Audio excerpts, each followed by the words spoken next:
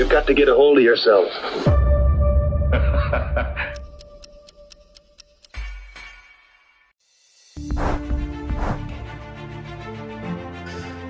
PSYOP is a critical element to the overall RSOF mission. RSOF's main mission being unconventional warfare. It's very hard to have a resistance movement without that propaganda call coming out and recruiting that G-force to come in and train with you.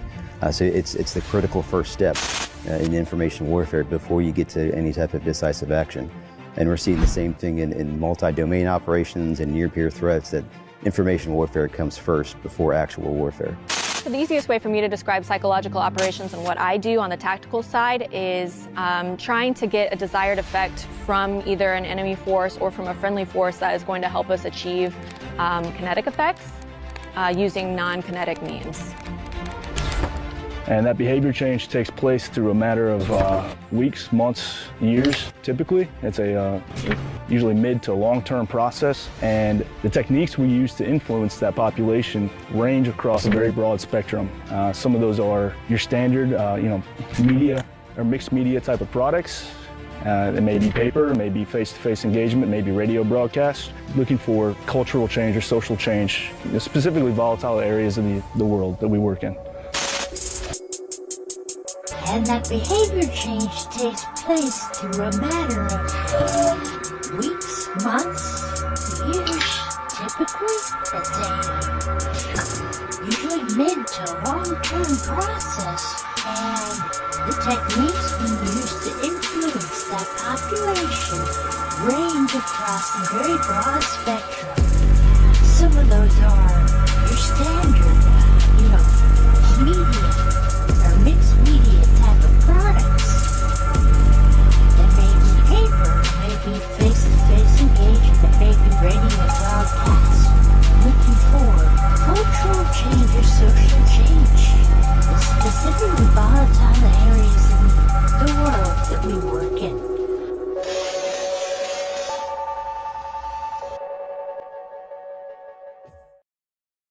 Hello. Sorry, guys. Yeah. Looks like we are live.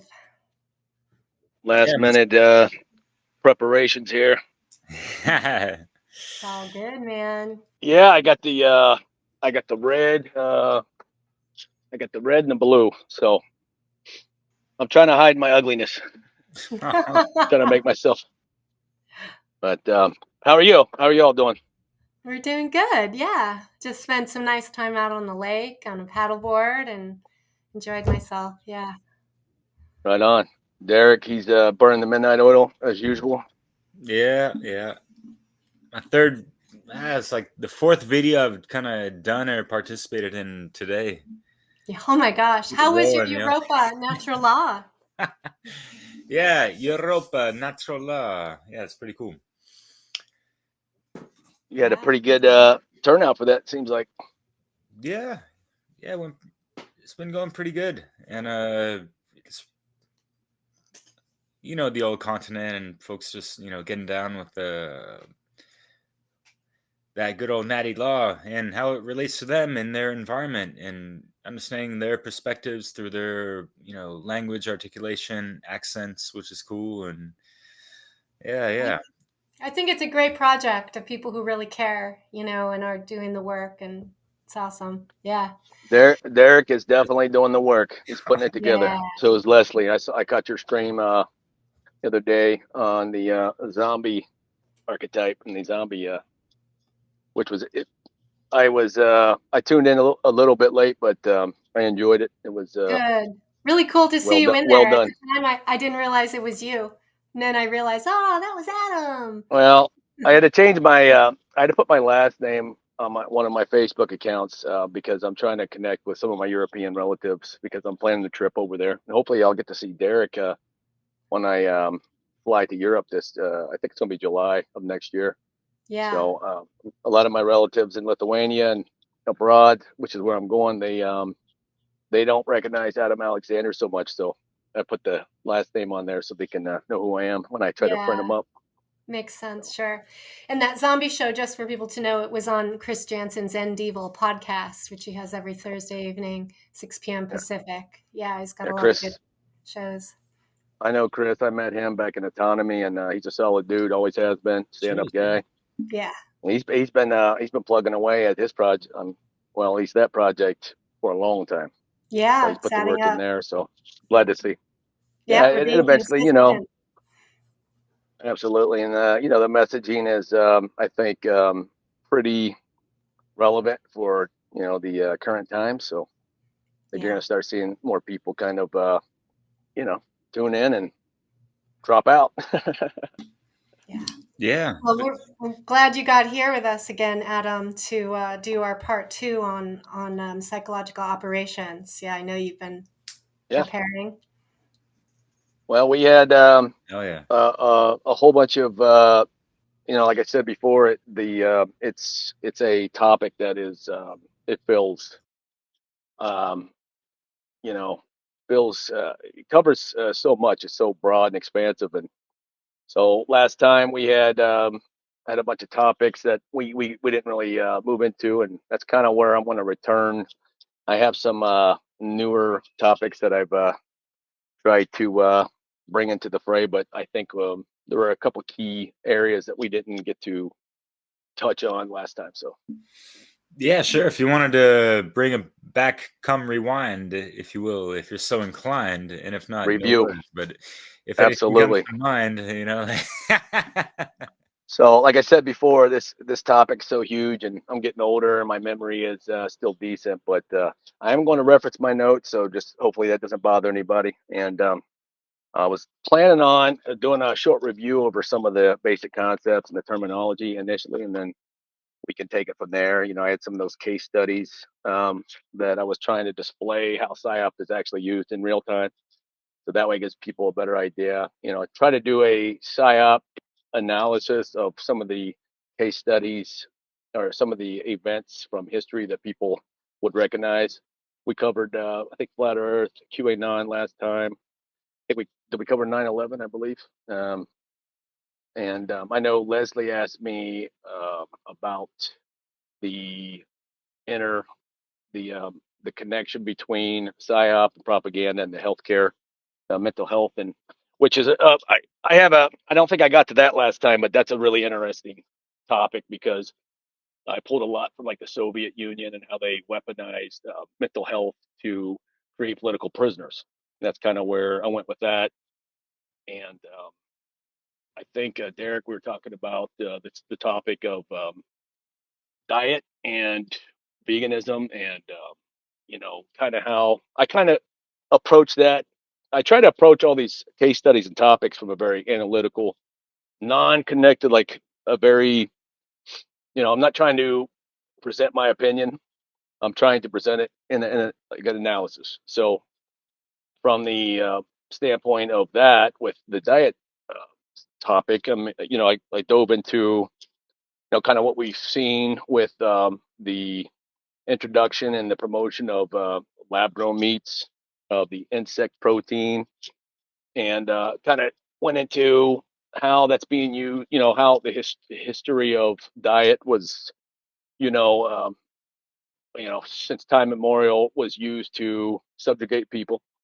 And like I told you, Derek, like I'm all for liberty and freedom when it comes to personal diet choices. Do what do what you works best for you. And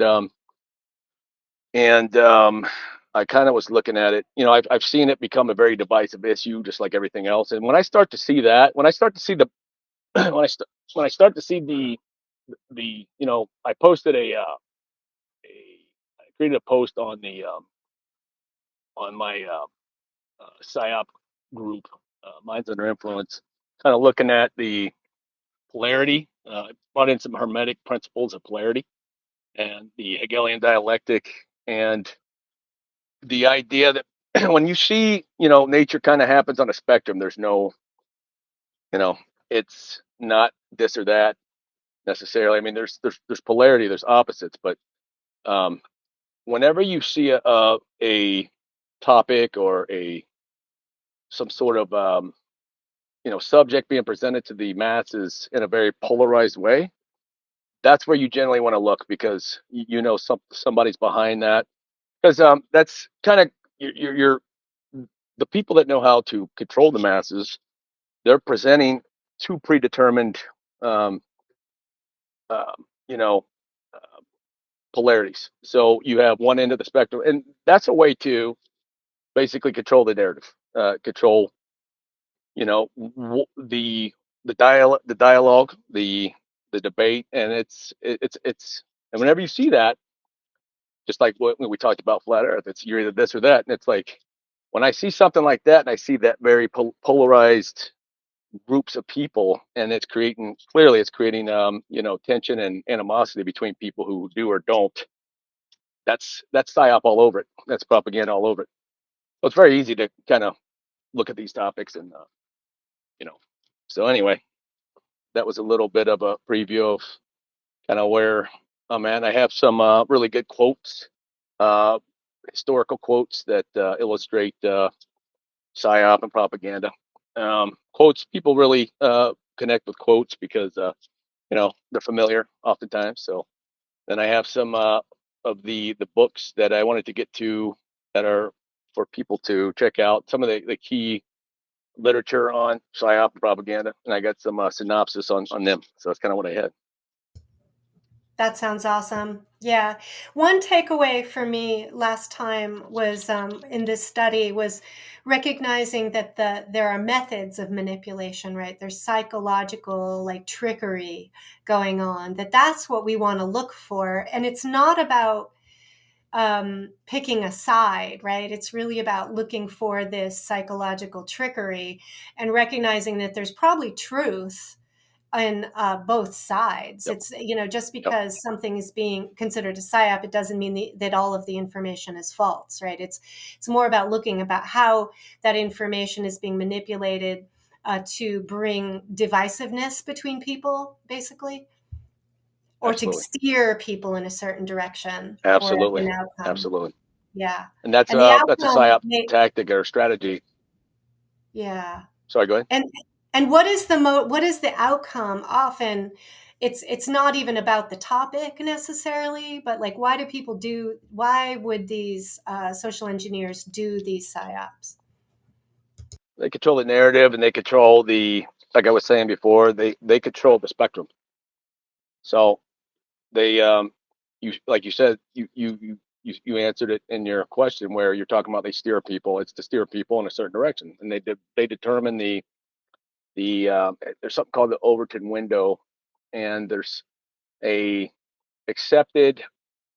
Basically, they want to control the dialogue for any given topic, and if you set up if you're setting up a field of play, like say a soccer field or football field, you're out there painting the lines, and you're painting one end of the spectrum, and that's basically controlling the area of play. So that's what that is.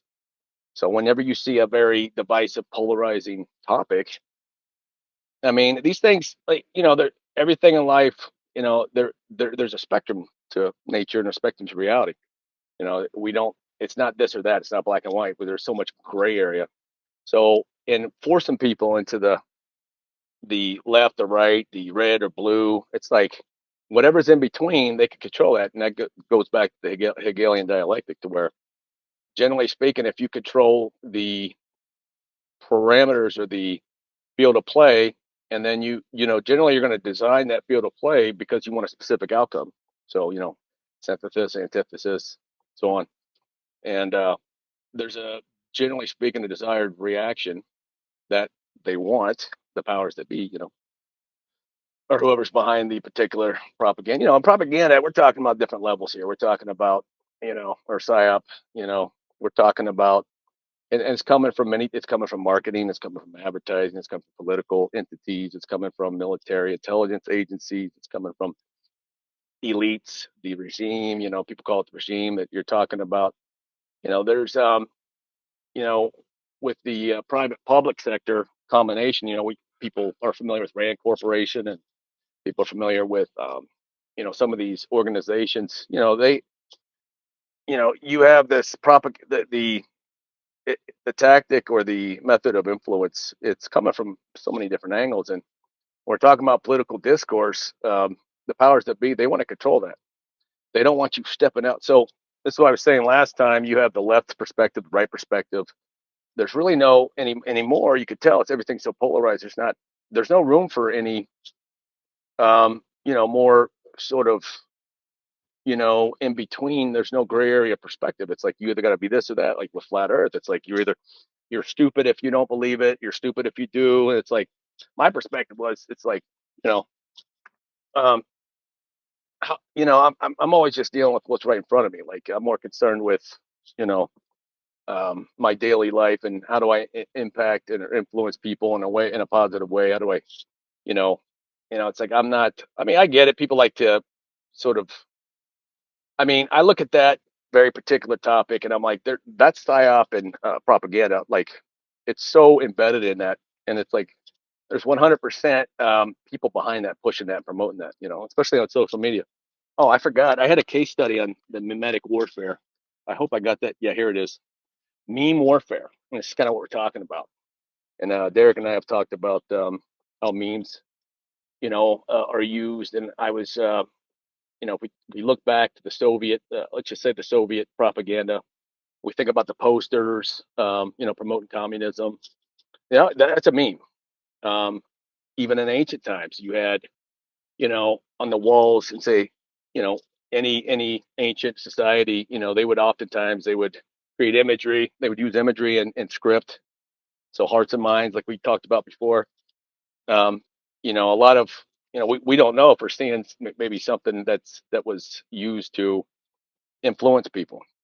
So meme warfare is very prevalent. We see it, like Derek and I were talking about how, you know, in fact, he covered this, or he touched on this with the zombie stream with Chris and you and some of the other folks. And he was talking about the act of creation, creating and putting, being responsible for, being conscientious about the words and the imagery, because everything's symbolic, and that's propaganda and psyop. We're dealing with symbols.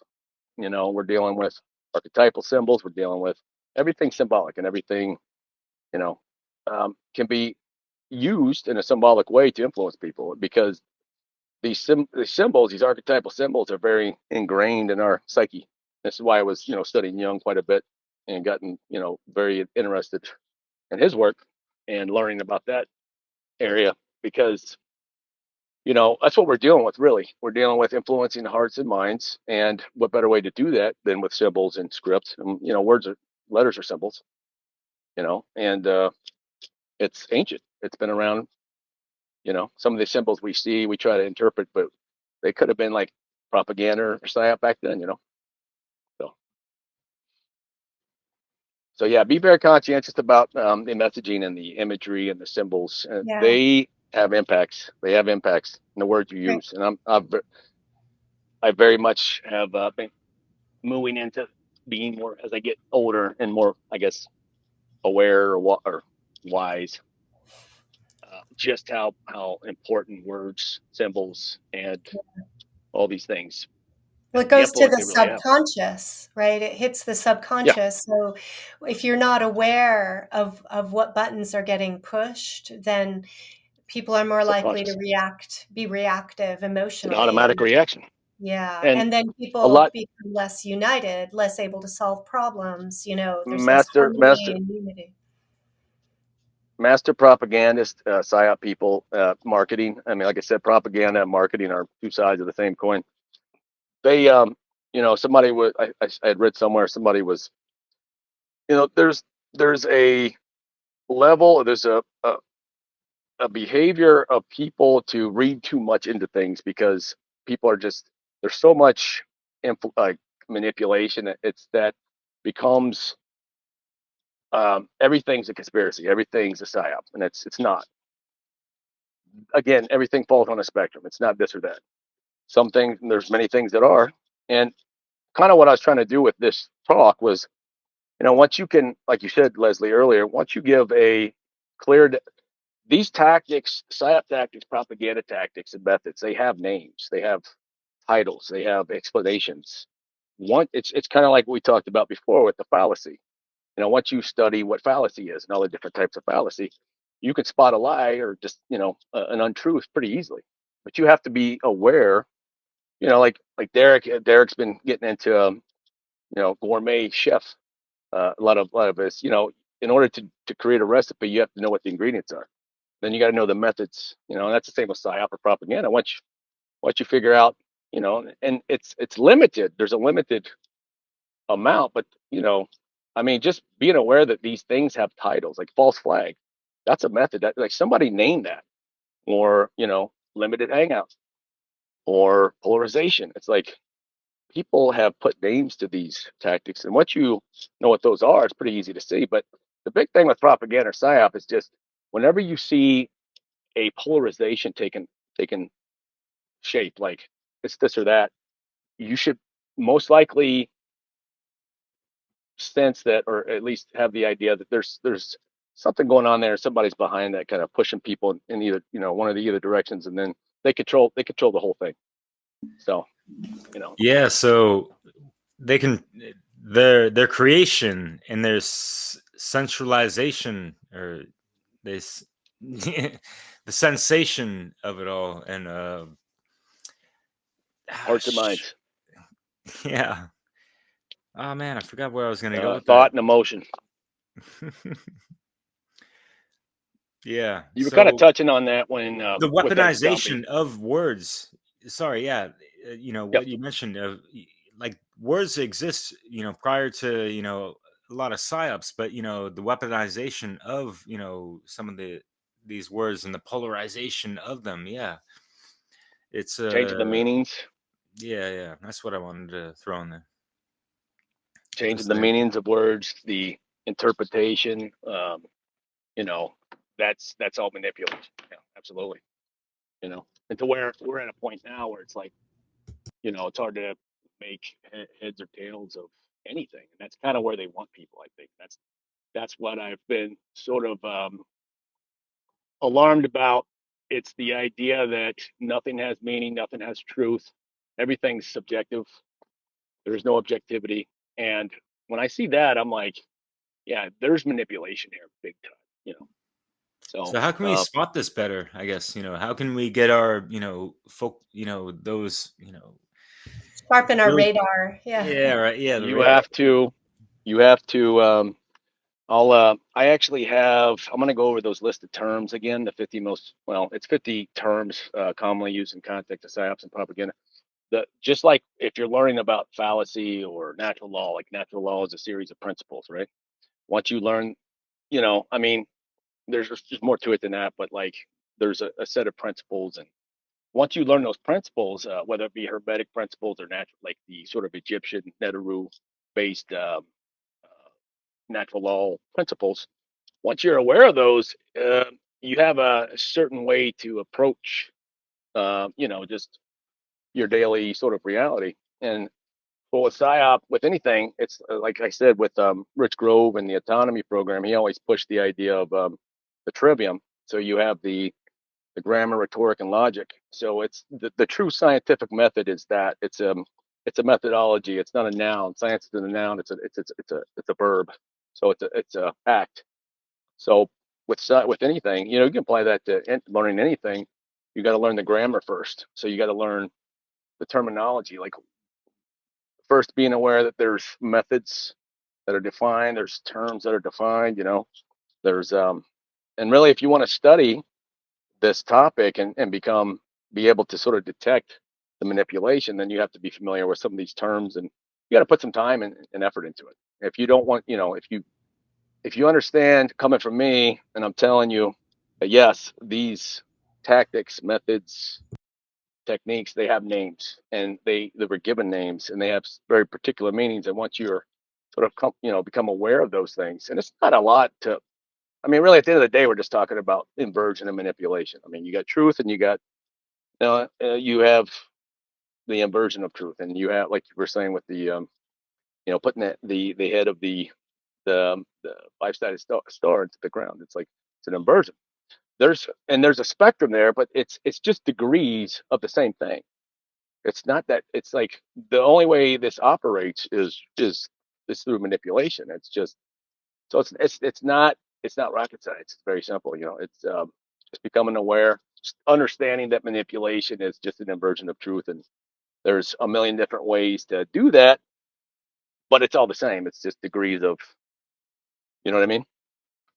Yeah, that's So fascinating. anyway, I would love maybe to have an attachment or a link to that handout with those 50 I will, I manipulations, will, we could attach it. I will absolutely, and I'll put I could put all that. I could send it to you guys. I'll get this all together and I'll send it to you, or I'll post it. I created the group, well, Derek and I were talking about this a while, I think 2 years ago. Bringing the nomenclature of PSYOP, and Yeah. you know, between Derek's 50 projects an hour and my busy life, it just did never happen. So, but I Yeah. built the. I'd like to bring it into my work a little bit more too. So that's I a would be handy happy list. to get this Yeah, all together for you, and I'll get it nice and neat and ship that'd it be on great. over. It's all just my Yeah. study of putting these notes together for this stream. Actually, I built that I built that Facebook group really just for this, for you, for this stream. So I'll be That's putting things in awesome. there. I can drop all that. So Yeah, anyway, I'm live. done Yeah. ranting. So Go ahead and bring up some examples and then, maybe fold in the names of the psyops as you're talking so we can integrate it. all right, so that is something I am going to do with the case studies, but I'm going to go over the outline to just give a refresher of the basic PSYOP tech, an overview of PSYOP propaganda, and then I want to go back over the terms like we were talking about, the grammar, Great. and then once we familiarize people with the grammar, then it's a matter of the logic, so kind of putting it together. So once you get the vocabulary and the sort of like the methodologies, and then you could speak about it. So it's again following the trivium. So the Sounds grammar good. part is kind of what I want to present off the bat. Just kind of go back over, refresh people. So PSYOP, propaganda, the shaping of public perception, political discourse, and societal behavior. And PSYOP and propaganda, both are tools of influence used to shape public opinion, perceptions, and behaviors. And what is PSYOP? Planned operations aimed at influencing emotions, motives, and behavior of target audiences. So it goes back to hearts and minds. And the core objectives shape how people view events, issues, or individuals. That's kind of what we were talking about before, kind of, the Hegelian dialectic, determining the spectrum of discourse, encourage specific actions or discourage opposition, create confusion or disorder with opposition groups, foster trust or loyalty by controlling narratives. Let's see here. White PSYOP would be overt with, this is the types of PSYOP. Some type of, this falls in line with the types of propaganda as well. So we have white PSYOP, which you could say white propaganda. And the words are kind of interchangeable in some regards, but not totally. So white PSYOP, overt with known sources. So, when does that even happen? Gray PSYOP, ambiguous sources, so we don't really know where it's coming from. Black PSYOP, it's covert and it's falsely attributed information. What is propaganda? Systematic dissemination of biased or misleading information to promote a specific agenda.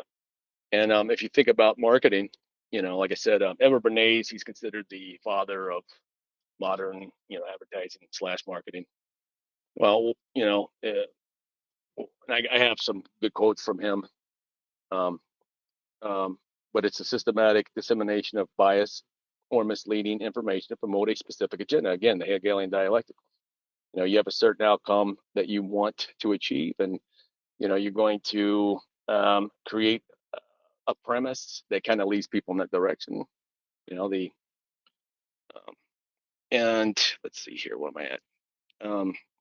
So let's talk about um, the historical roots. So it evolved during major wars, World War I, World War II. That's modern propaganda, and used to sway. I mean, propaganda is old as civilization. I mean, like we were talking about before, like, you read ancient antiquity text. I mean, propaganda was used. It's been used since the dawn of man. It didn't have the name, but it's like the influence the influence to influence the people, the masses. If you're one of these people that get ascended to, grand ruler or king or whatever, it's like you got to keep your subjects in line, and in terms of from their perspective, not mine.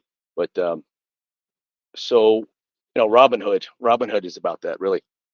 And anyway, so let's move on here. I don't want to get off track like I did last time. Social media campaigns, targeted efforts to influence public opinion online. That's a big one right now. Echo chambers, information environments where only reinforcing ideas are circulated. So that's, we see that all the time.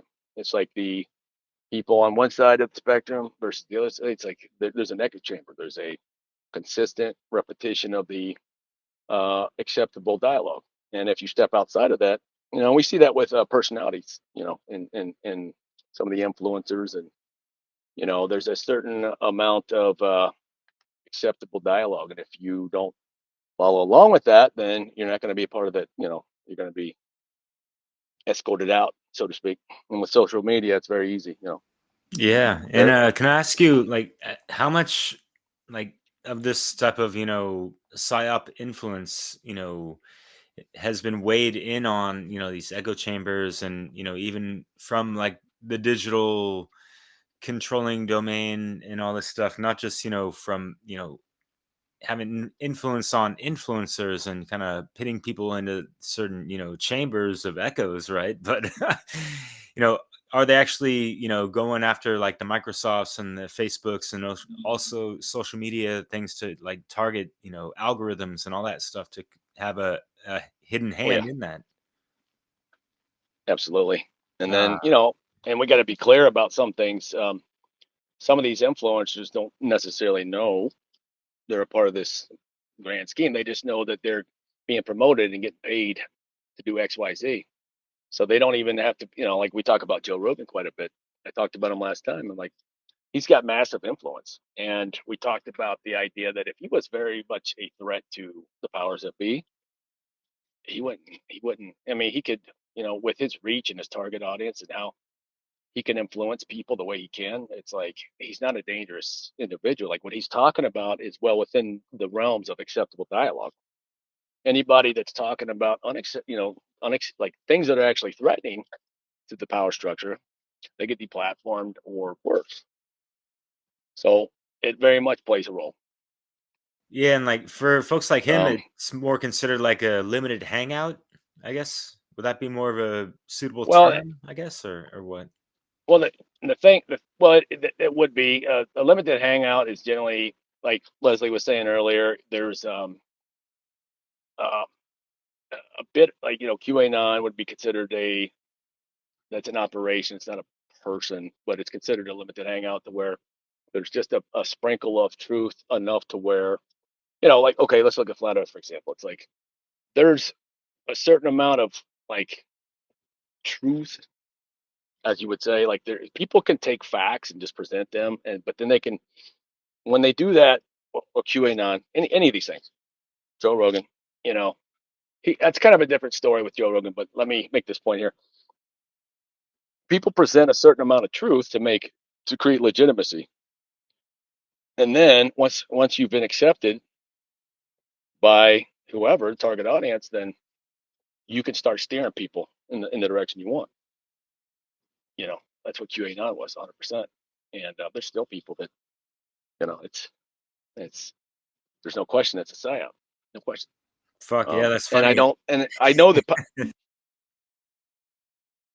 well, I know the power of influence, man, and it's like that's why I take a certain stance towards people that fall for these things because, dude, it's. I mean, we're talking about super skilled. I mean, we're talking about people that are masters at their craft, whether it be marketing.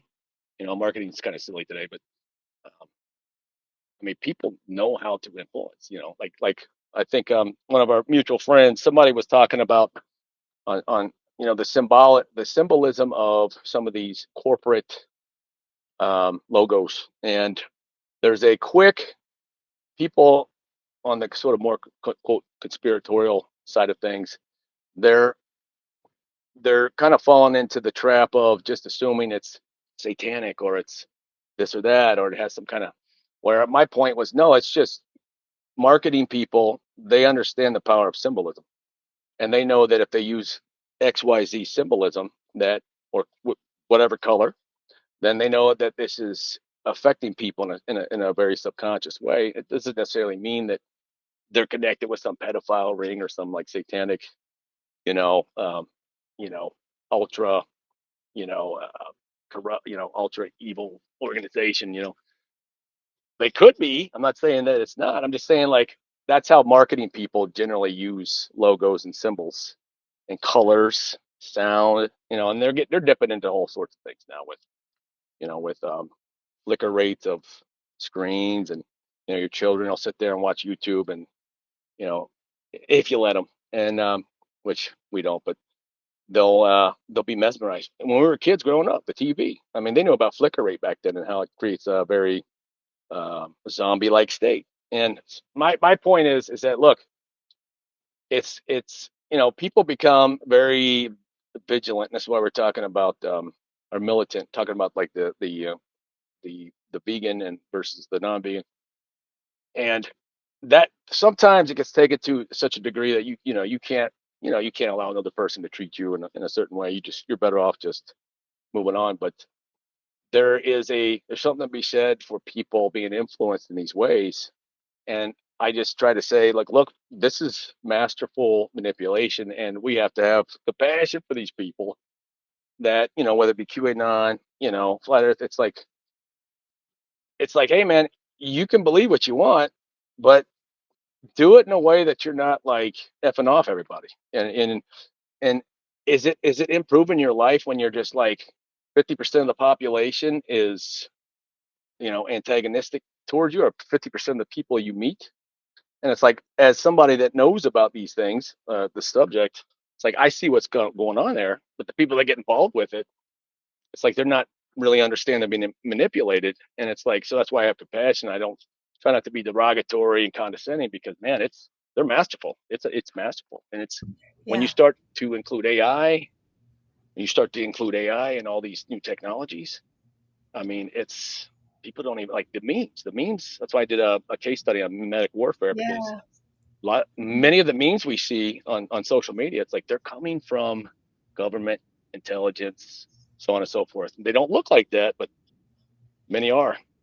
So Yeah, I wanted to just kind of comment too on this topic of, like right livelihood. Everybody's trying to make a living. And so there's so much compartmentalization in corporations and so forth, that people, are having jobs as marketers or digital logo creators or whatever they are, that have a sort of a need to know, they're only in their wheelhouse, doing what they're doing, and may same thing as the not, military. yeah, they may not know the real malevolence of what their work's being used for, right? They may not know the Absolutely. agendas, right? So I have some compassion there, And but I want to encourage people to open their eyes to think more deeply about what they're doing in well, their jobs. Yeah. uh, and that's a great insight, because the corporate structure was modeled after military structure. And you're absolutely correct. There's a compartmentalization there, because it's a need to know basis. You do your job, and there's somebody as a puppet master up on top, CEO, whoever, Yeah, but then there's somebody hierarchy, chain of controlling it. command type of stuff, right? Absolutely. And it, like in the military, for example, like Leslie, like that was a very great insight, because it's exactly how it works. And it's, uh, they don't want certain individuals to know too much, because then that becomes a liability.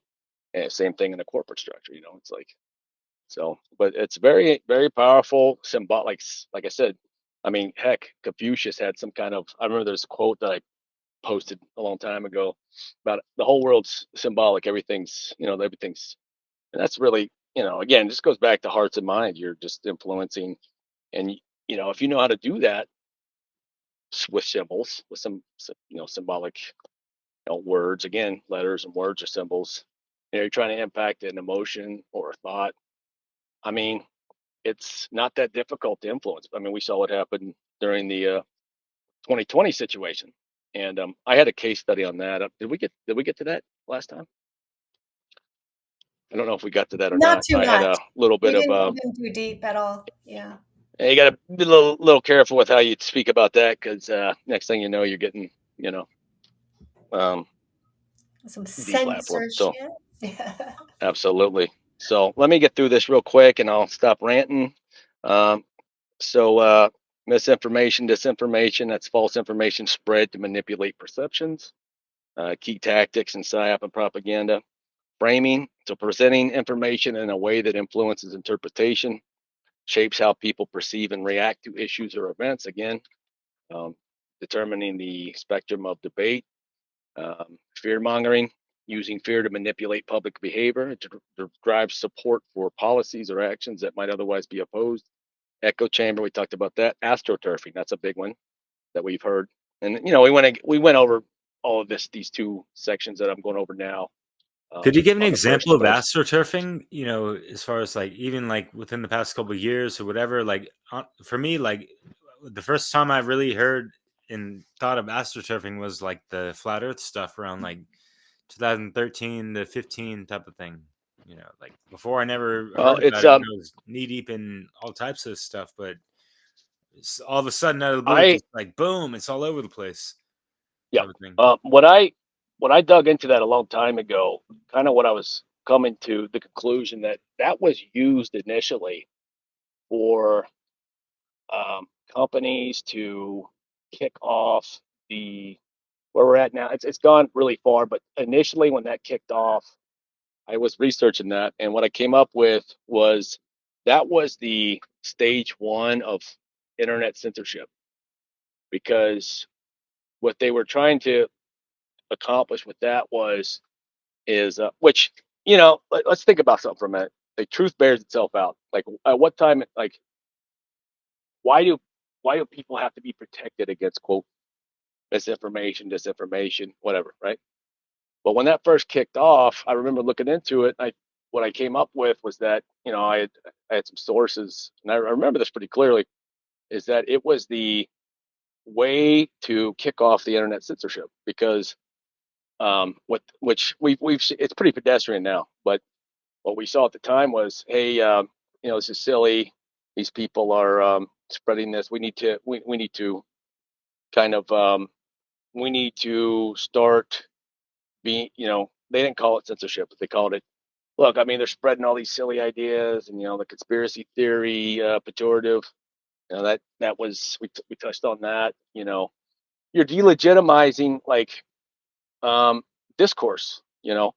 But the astroturfing, I mean, the definition is creating creating fake grassroots movements to stimulate widespread support. So essentially, they're creating groups, um, quote activist groups, or organically, you know, any group, you name it, any group that's allowed to kind of be out and about and do.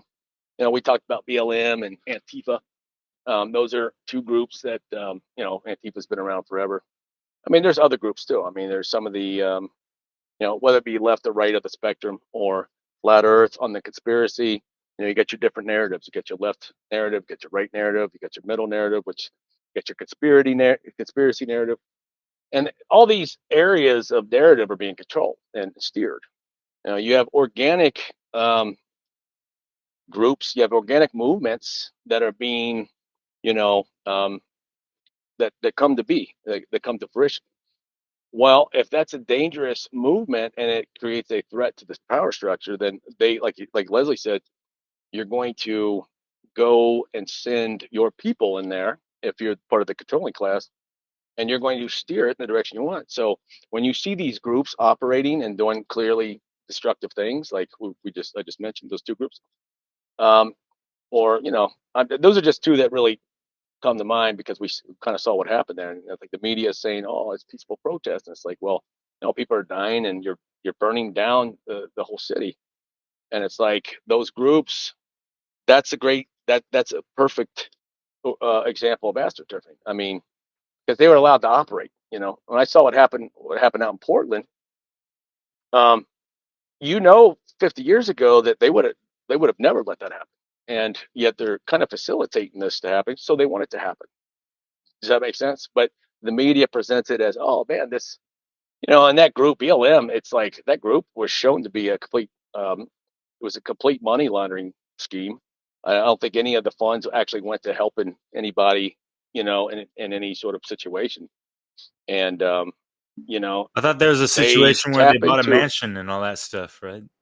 For a oh select yeah, few and all that, but not to well, I help mean, out the I don't folks want who to pick, pay lip service. Yeah, not to get into I don't details. want to pick on, Just I joking. don't want to pick on just like, well, no, it's absolutely correct. I mean, and I think the whole, like the people that were involved.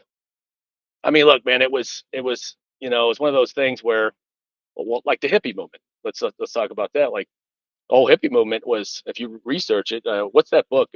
Strange Scenes, and uh, what's that, Leslie, out there in California, where all the like even Jim Morrison was involved with that, which I hate because you know I'm a big fan. I was a big fan of Jim Morrison, still am.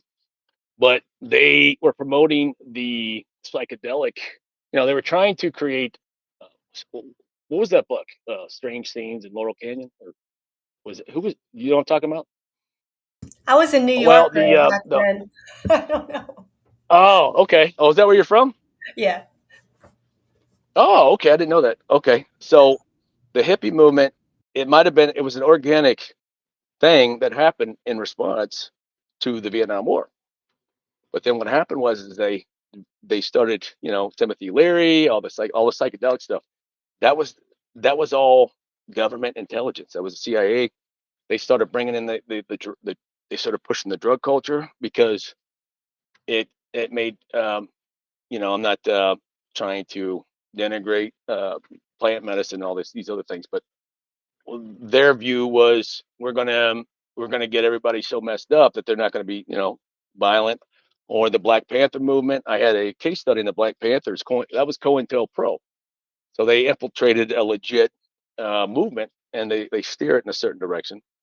Or even now it's like mostly the pendulum swung back to the right wing popular movements because there's a lot of uh, you know antagonism, and there's a whole bunch of there's a pressure building based upon what we're seeing happen in migration and some of these other issues, and that tends to be more of the right side of the perspective, the spectrum. But so all these groups, whenever you see a group that is being promoted through just understand that the media it's a gigantic machine, every bit of it, you know every bit of popular mainstream media. They used to say mainstream media, it's corporate. I mean, it's a propaganda delivery system. It's what's interesting about mainstream media is that it delivers two. It's like I said before, it delivers two products: propaganda and marketing. That's it. I mean, hey man, you got educational programming in there, But but guess entertainment, what? what about That's that just one? it. Sorry. Same thing. Same thing. Same thing, man. It's It's like all the you're trying to thing, do. with the word to enter the mind and hold it for, whatever their purposes are, which is, those other Entertainment. two, right? Yeah. Yep. In the mind, it's like that. I think you guys know Crow 777. He did a he did a he was really good with all those sort of the etymology of words and words that he always. I used to listen to Crow 777 all the time. I'm friends with Rose Lindsay, and he would always say words have meaning, and absolutely correct. He's boomer. He's a boomer, but he's very wise and he does a very good job. Um, Recommend listen to his work. But yeah, man, it's entertainment. It's like is that the one? Yeah, government govern the mind, and it was I think entertainment was entering the mind or something. So yeah, absolutely, absolutely. Anyway, so that's astroturfing, Derek. That's they. It's when there's a group that's kind of put out there and promoted. It goes back to Hegelian dialectic, and any type of popular movement that becomes dangerous, they're going to the regime, to the ruling uh, class, or to the however you want to say it, the powers that be.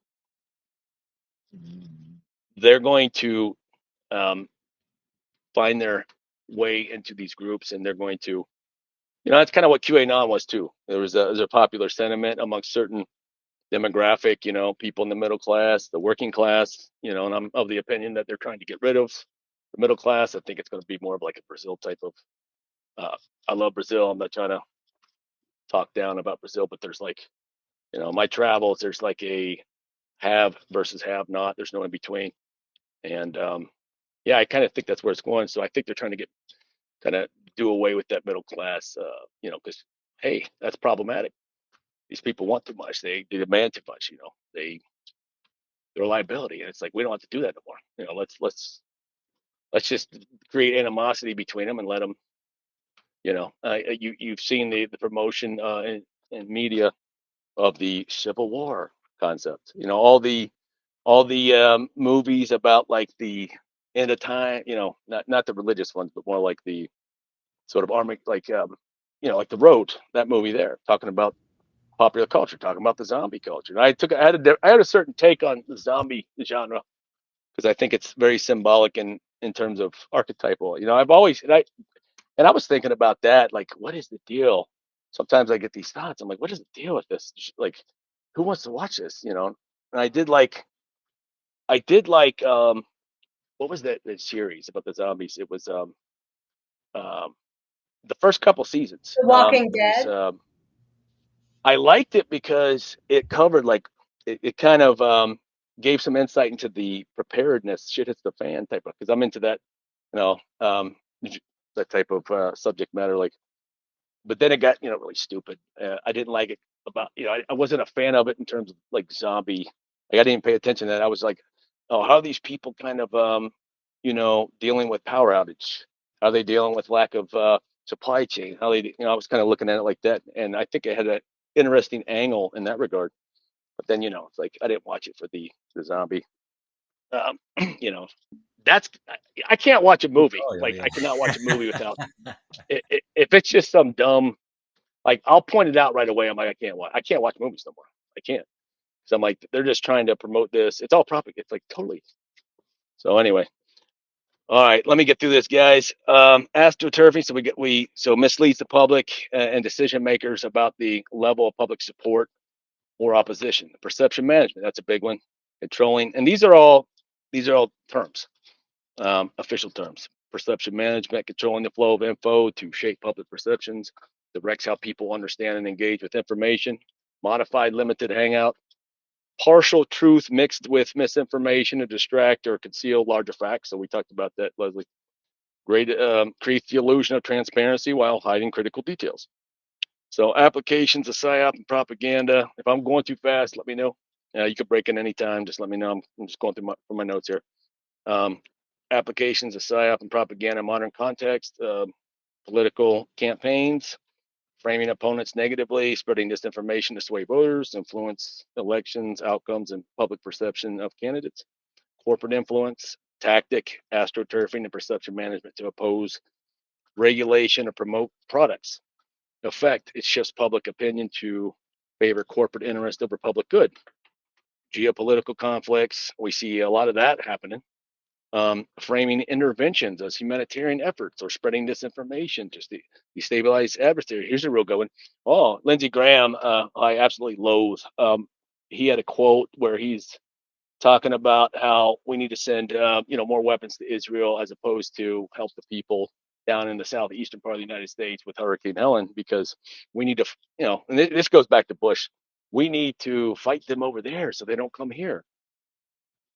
Geopolitical conflict. I mean, how many times have you heard that? That it's silly. I mean, it's framing. I hate bringing him up. I loathe that man. Um, Social movements, controlled opposition or infiltration to weaken or manipulate social movements. The effect weakens activist groups or diverts movements from their goals. So we just talked about COINTELPRO. There's other work going on now with the right wing movements, because that's more where the opposition is right now, because the spectrum has shifted to the left. And again, it's like, this pendulum is, it's like it's being controlled. It's like, Back in the day, the FBI was like, there's people legit going after quote communists and sympathizers and so on and so forth. Now it's the right wing stuff, and it's like they're shifting people, and there's no in between. There's no spectrum, and that never happens in nature. That's not how. So whenever you see that, that there's bad shit at foot. There's dishonesty and inversion. And go ahead, Derek. You have something to say, bud? Oh yeah. Big question, and this probably should have been asked, even like the last live stream, but it seems quite obvious and evident that these psychological operations and whoever's my question is pretty much who's giving the orders of these things, because it's beyond politics, it's beyond left and right, it's beyond a lot of other corporate interests, even though there might be alliances or allegiances to said corporate entities or whatever the fuck. What's going on at the top, and who's giving the orders to bring these things into reality and influence, I guess. Well, see, just like you were talking about decentralization before, there isn't one. There's circles of influence. There's various groups, and they're not all. That's one big problem I have with much of the alternative media, is that the people, some of the folks we know, is that they fall into that echo chamber where it's like, that's we're going to point to Klaus Schwab and WEF, and there you go, there's the answer. People want something. That's not how it works. You have I like to I think Jay Dyer, I think he brought this metaphor up, talking about like the different various organized crime rings, understanding these different power structure groups that in our society, oftentimes who has access to the most money has influence and has the ability to influence. But then you got these these Illuminati, you have these groups of influence, which that's kind of that's another one of those given, that's a conspiracy narrative. It's you've seen where it's been taken. It gets to the point where it's silly. But yeah, like the you have these boogeyman type spheres. of archetype or whatever. Yeah, I mean, there ain't one. Sorry, go ahead. Exactly. I see people that'll say like, oh, it's the Freemasons, oh, it's the Catholic Church, Yeah. oh, it's the Jews, oh, it's these, Bilderberg group. Right, Like they're just trying to say it's all one. But Trilateral you're saying Commission, not ever just the WEF. one. Yeah, yeah. Oh no, But they I mean, all this have an again. influence. Well, I mean, there's a billion. Like I've been listening, like send you guys that podcast, and part of why I wanted to send that was because the speaker was giving he was given an example, like, hey man, not everybody that's a billionaire is evil and wants to promote like Bill Gates tier, DEPOP, via whatever. It's like there are people that just because people, there's individuals that exist that are billionaires, that have a lot of material wealth that are not evil people, and in fact, they're quite aware. There's been a big talk about, the PayPal mafia, Elon, Peter Thiel, and I've even fallen to that. I think X is a Trojan horse because they're collecting everyone's data and everything that everyone's saying there. They have this. I have my particular feeling about X, and I would just say that, hey man, if you're going to say something and you're going to put it out there, be prepared for it to come back on you at some point in the future, because they're keeping track of everything you say. So if you're saying, if you think you're getting away with something, you're not. And it's like everything we do online now. So I see a lot of people that are saying, and I'm like, hey man, if you're not worried about that, if you just believe you're going to say what you should be saying, then fine.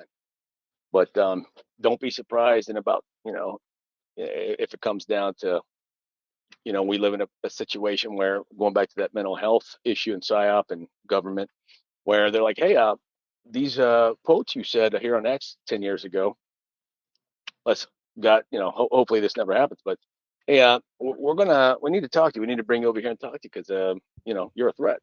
They did It's that in like the Joe Soviet Union. McCarthy, Oh, right? You know, the hunts for the yep, communists or whatever. Yeah, it came back and bit people. absolutely, absolutely. And there was a legit like threat, um, but um, there is when people have access to power, and the FBI has the ability to, kill people, imprison people, and there's always going to be corruption and corrupt people in these organizations. So that's where it becomes I mean, so let me get back to this real quick, and hopefully um, I get through this without ranting and getting sidetracked.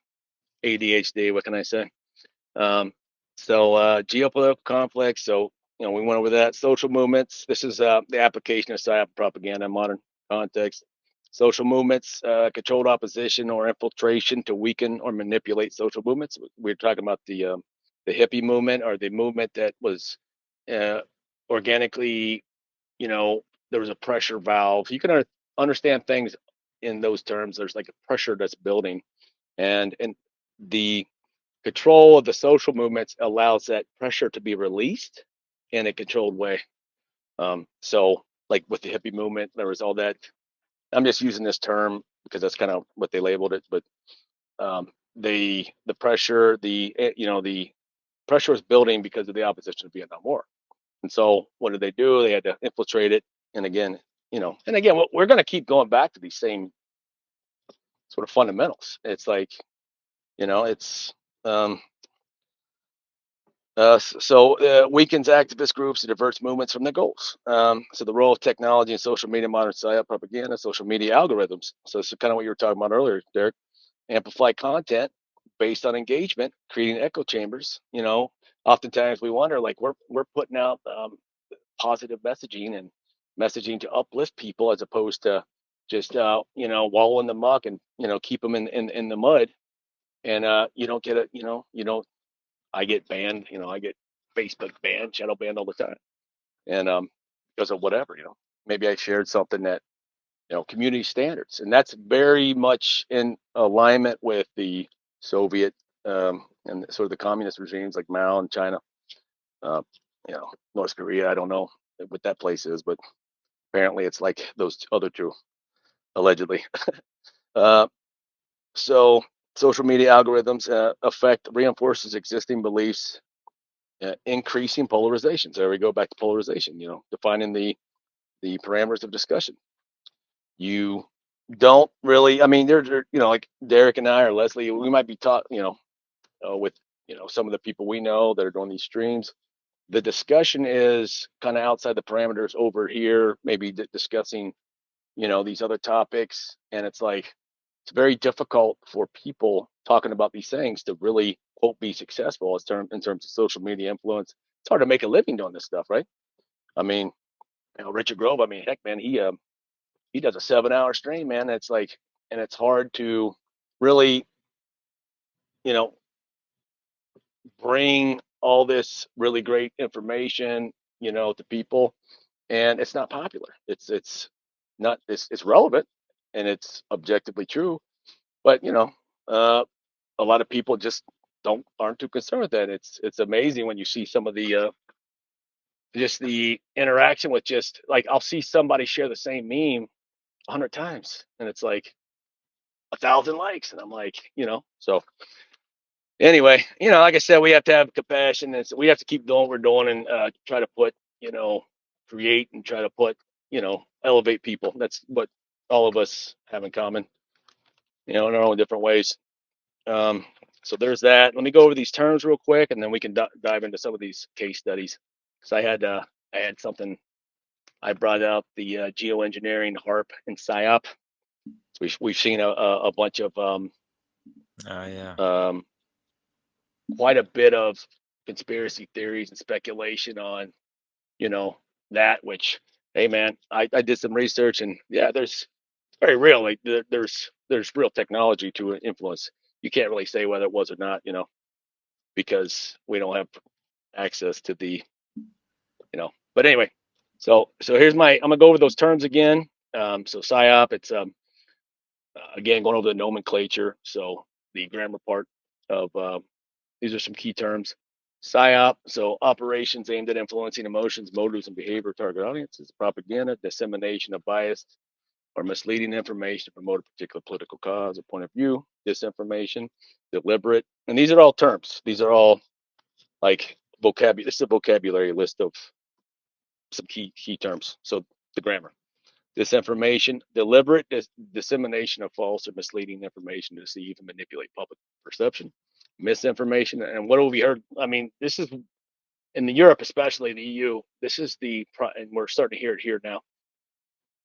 What is one of the leading arguments for censorship? Misinformation, disinformation.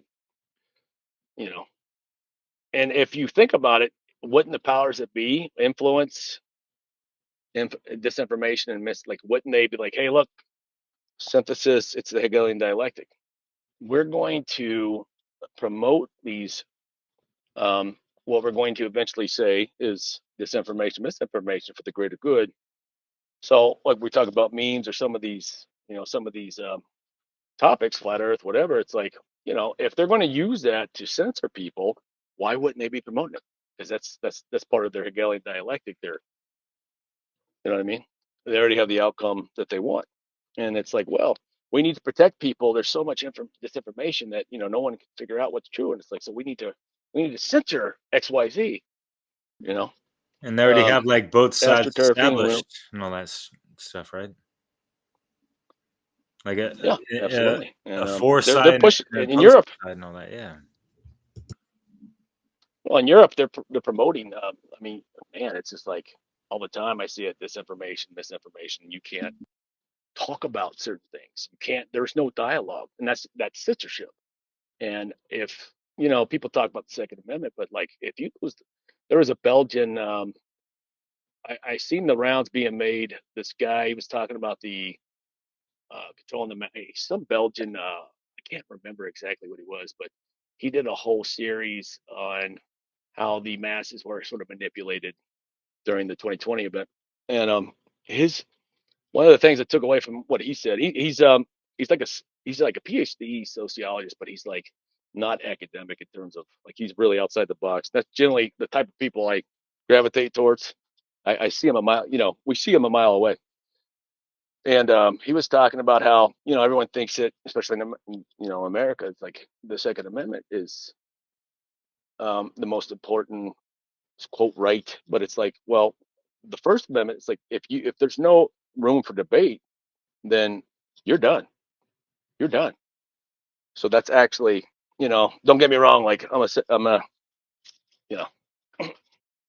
I'm armed. Let's just say that, but and that's very much it gives people the right, the That's cool ability to talk though. protect Yeah, yeah. themselves and yeah. But free And speech is very important, because without that, we don't it's very know. important. We lose the ability to fully discern even how to use our Second Amendment rights in a way, like it creates Absolutely. confusion and limited Absolutely. information. Yeah, it's really important. It's almost like thinking about movies, Derek, like Idiocracy. It's like you get people so dumbed down that they don't even have the ability to defend the position.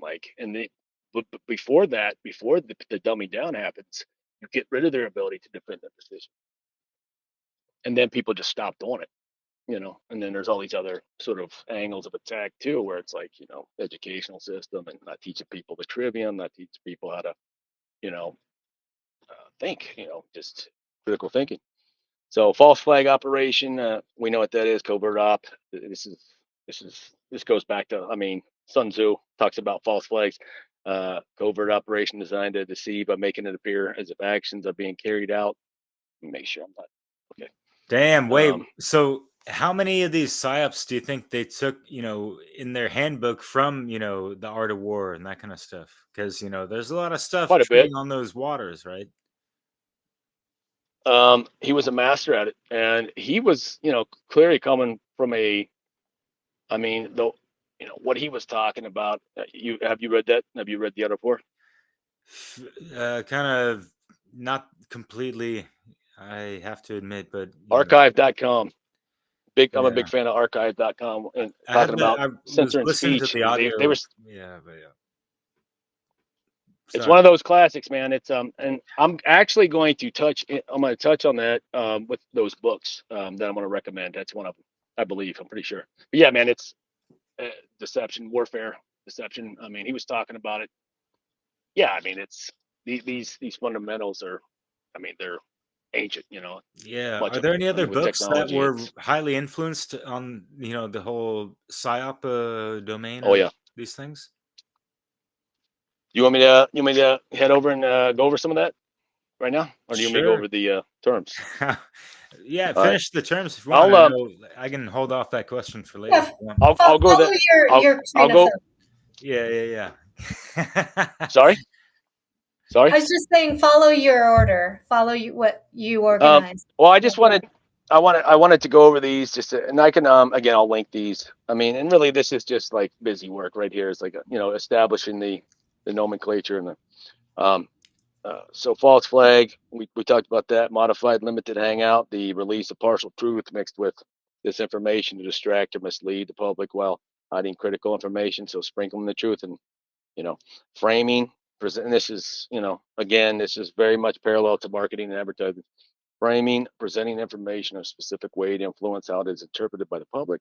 Echo chamber, we went over that. Cognitive dissonance, the mental discomfort experience when holding conflicting beliefs or being presented with new information that can contradict established views. So, understanding cognitive dissonance, propagandists, and psyop people, they know that people, it's like that old Mark Twain quote, which I have for later. It's about like it's easier to convince people. Um, well, I'm gonna screw it up about being deceived and or something like that. I'm getting that wrong. Perception management actions designed to control or influence the way people perceive event. Controlled opposition. This is a big one. Infiltrating or creating opposition movements to monitor, manipulate, or neutralize dissent. Let's see here. Bandwagon effect, the tendency for people, and all this is sociological. I mean, PSYOP covers that intro, that one video I took from the fourth PSYOP group, which they talk about. There's a man talking about what PSYOP is. We're talking about sociology. We're talking about psychology. We're talking about language. We're talking, I mean, all these things. So a lot of this, it resonates with sociology as well as psychology. It's not just a psychological thing. There's a lot of, history, anthropology. So the bandwagon effect. So we went over that. So tendency of people to adopt certain behavior styles or attitudes because others are doing so. We've seen that our whole lives. Virtue signaling, expressing opinions, or making gestures to demonstrate one's moral correctness.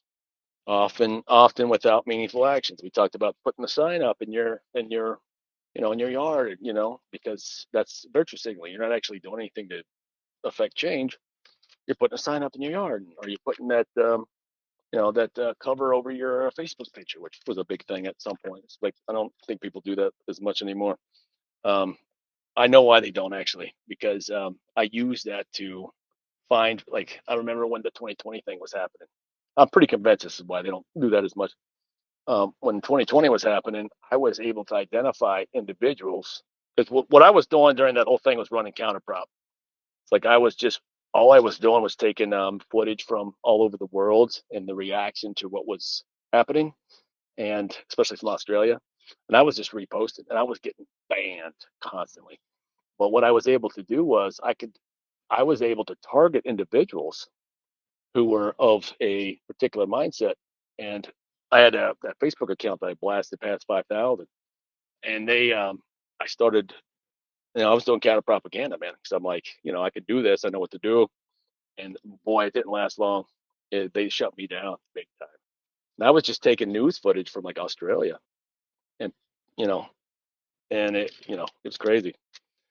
So that's why I think Facebook stopped doing. I've noticed that people don't do that as much, with the covers, because I think they figured out that people can, target people, and they're in the business of advertising partly.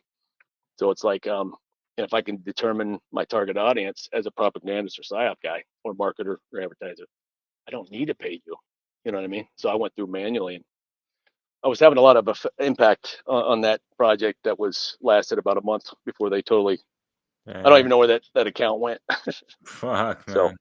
uh, Real Yeah. quick before you get right back into Uh, it, because like what came to mind, when you're going over all these, all these terms, the majority of the population would not be able to give a proper definition of these. It seems, and so like that then and there, it's like it's already over. Like argument destroyed. As far as like my question was going to be like, geez, do the people behind all these things and are carrying out psychological operations, do they know a shit ton more than the average people that they're playing these things on? So an obvious the yes, people right? that are Like, yeah, well, it's the so people sad. that are actually the people that are actually the people that are the experts at doing it, and they're just getting directives from wherever. It could be intelligence, could be government, could be private organizations.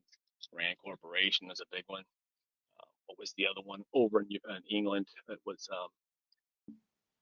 Like what was that Tavistock or group something. called? Yes, yes. That was, excuse me, that was a big one. That The was big Fabian psyop stuff. Society and all that shit too. Yeah, yeah. I mean, Franklin Institute. there's a private well, there's private organizations that are specifically in the like Rand Corporation's a big one. I mean, they were back, that's a very storied. But there's many. Even during the 2020 event, there were particular there were organizations that were built just for that messaging. I mean, and there were we've heard private public partnership, which America, the military industrial complex. So they've always privatized their arms manufacturing. DARPA, that's like a private public partnership. It's always, the military industrial complex in America has always been private public partnership, always has. Whereas, like, say Russia, that's a state. Like they create the state builds all of their weapons. China, same thing. So it's capitalist versus. It's more of a it's a whole different topic. But so demonization, portraying an individual group or country as evil or subhuman. That's called the enemy image. So presenting the enemy, whoever that may be or whatever that may be, as evil. We saw a lot of this after 9/11. Demonization of groups that were mostly financed by the West. Um, Character assassination, so intentionally damaging an individual's reputation to undermine their credibility or influence. Gaslighting, that's a big one, a form of psychological manipulation where the victim is made to doubt their own perception of reality or memory. There's a big movie on that. There's a lot of people that touched on that in alternative media. Perception warfare. Oh, that reminds me of who were the um, what's the I'm blanking on the couple that I should know this, but I'm having trouble because I'm doing all this. But who's the couple? Dykes. The Dykes. Truth Stream They Media. yeah, True Stream Media. They put together a really good Fuck yeah. um, program on gaslighting, and Yeah, Aaron it was Dykes and based upon that. Melissa. Yeah. Yeah, yep. And that was somewhere in my, like I said, I'm getting older, man.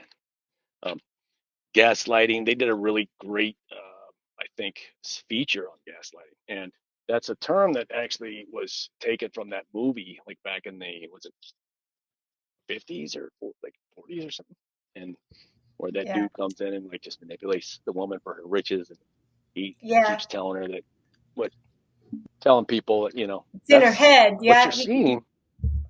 Yeah, oh yeah, absolutely. And that's very easy to do now with social media and AI and you know the holographic, all the stuff we hear about the blue beam and all this stuff, which a lot of that's psyop too, by the way. And there's technology that can do that, but a lot. Let's just say this: a lot of the quote popular conspiracy, once that conspiracy topic makes it to like such a flashpoint that it becomes part of the quote conspiracy vernacular, it becomes A meme. you could probably much. Fuck. Yes, yes. Once that happens, you can very much. I'm always looking at that from the angle of that's propaganda, it's psyop. You know what I mean?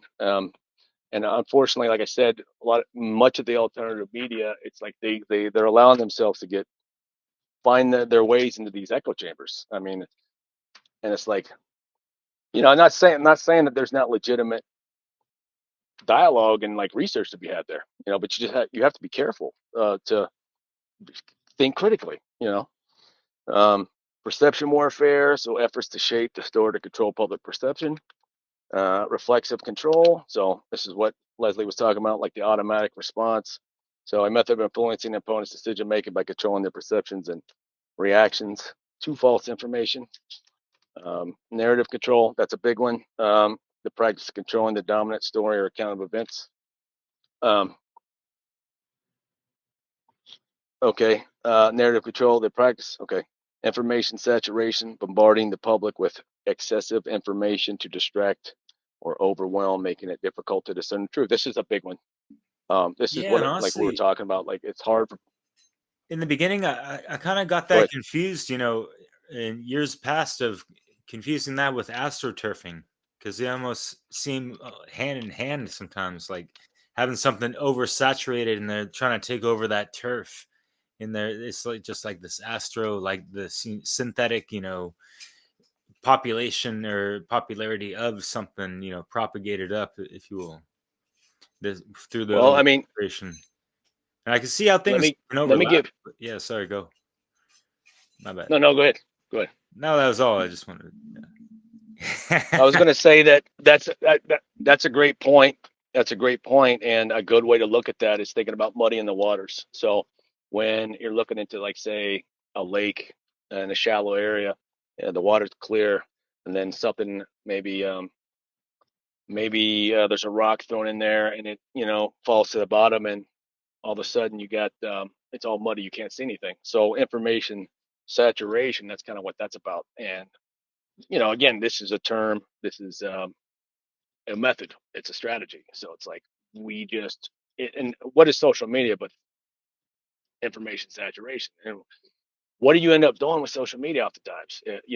Most people, it's like people are on it for hours and hours and hours and hours, and it's like part of that's being part of it has to do with like manipulation of algorithms, and like they're legit like influencing people's sort of mind, but I mean they're literally like what was the number 2 guy in Facebook that stepped down? He talked about how they were intentionally trying to influence dopamine.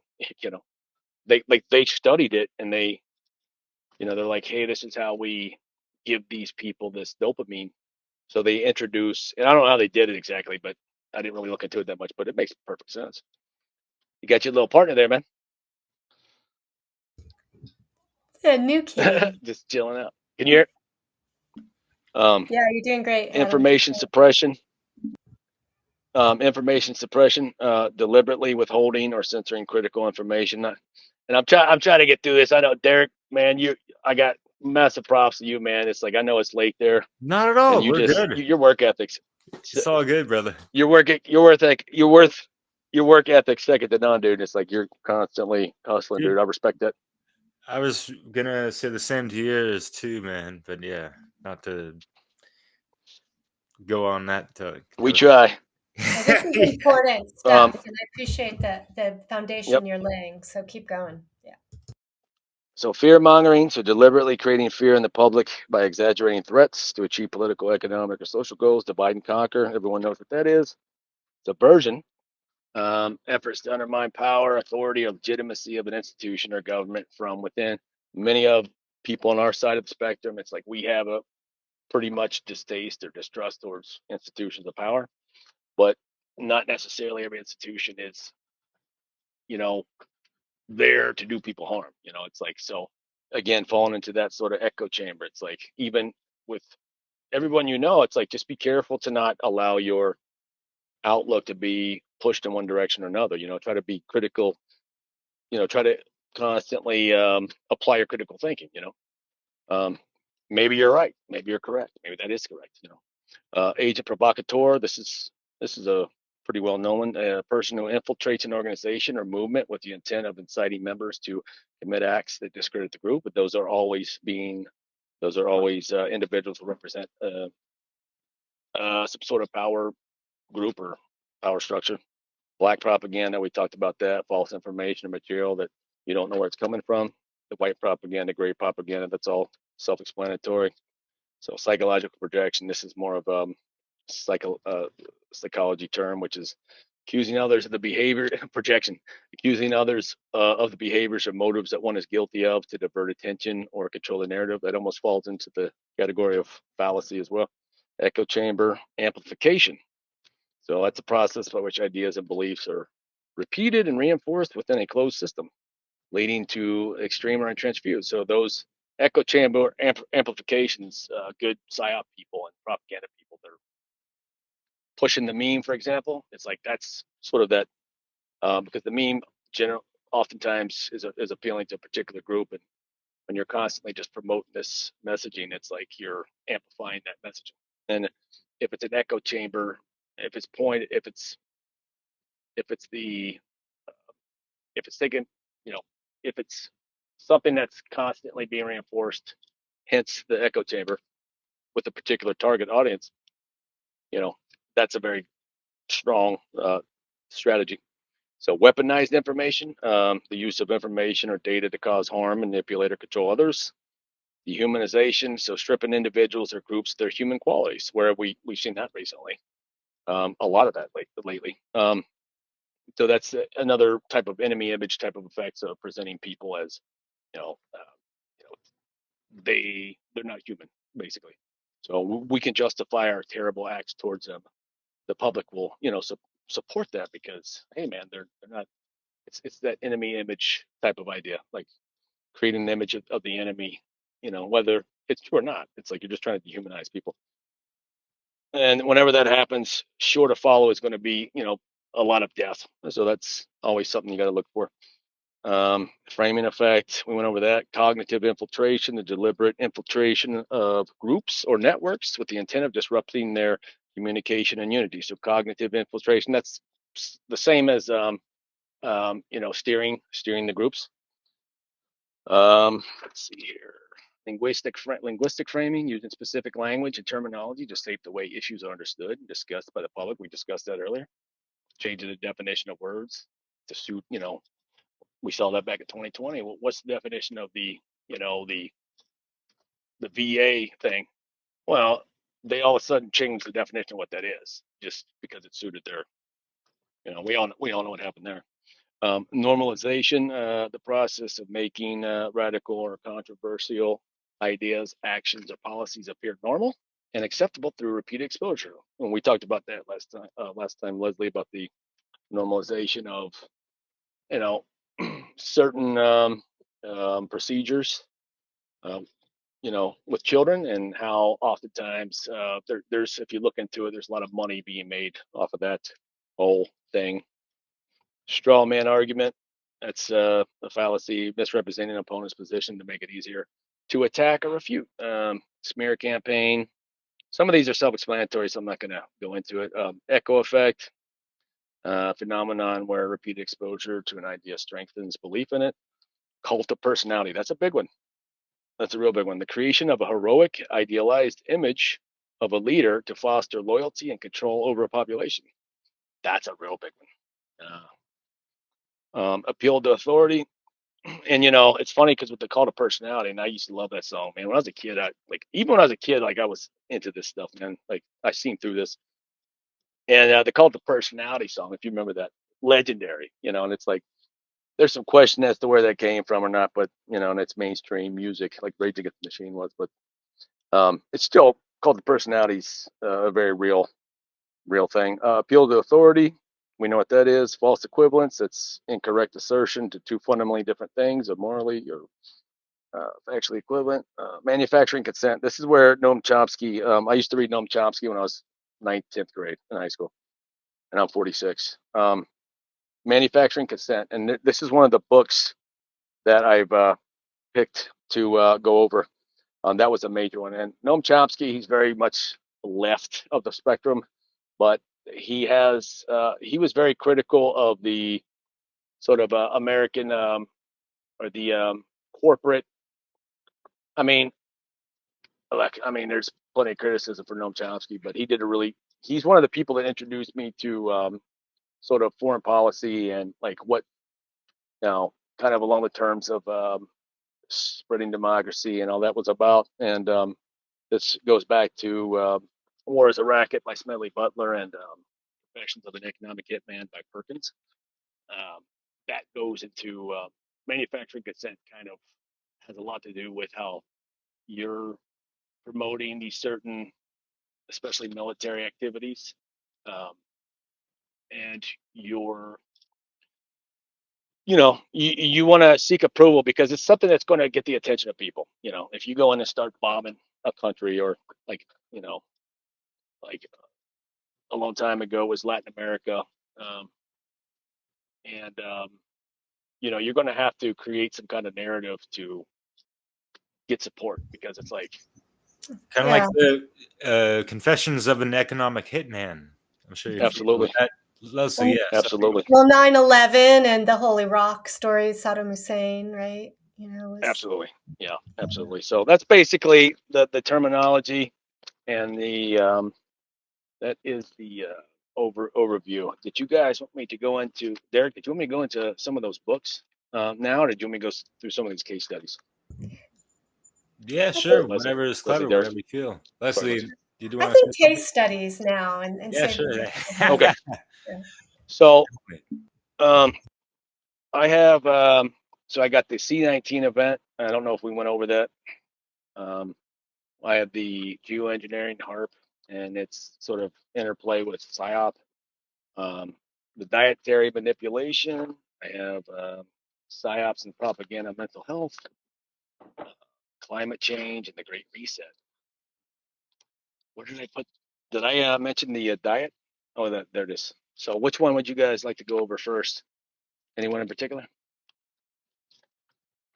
The geoengineering one. It's kind of like it's a little bit kind of angled.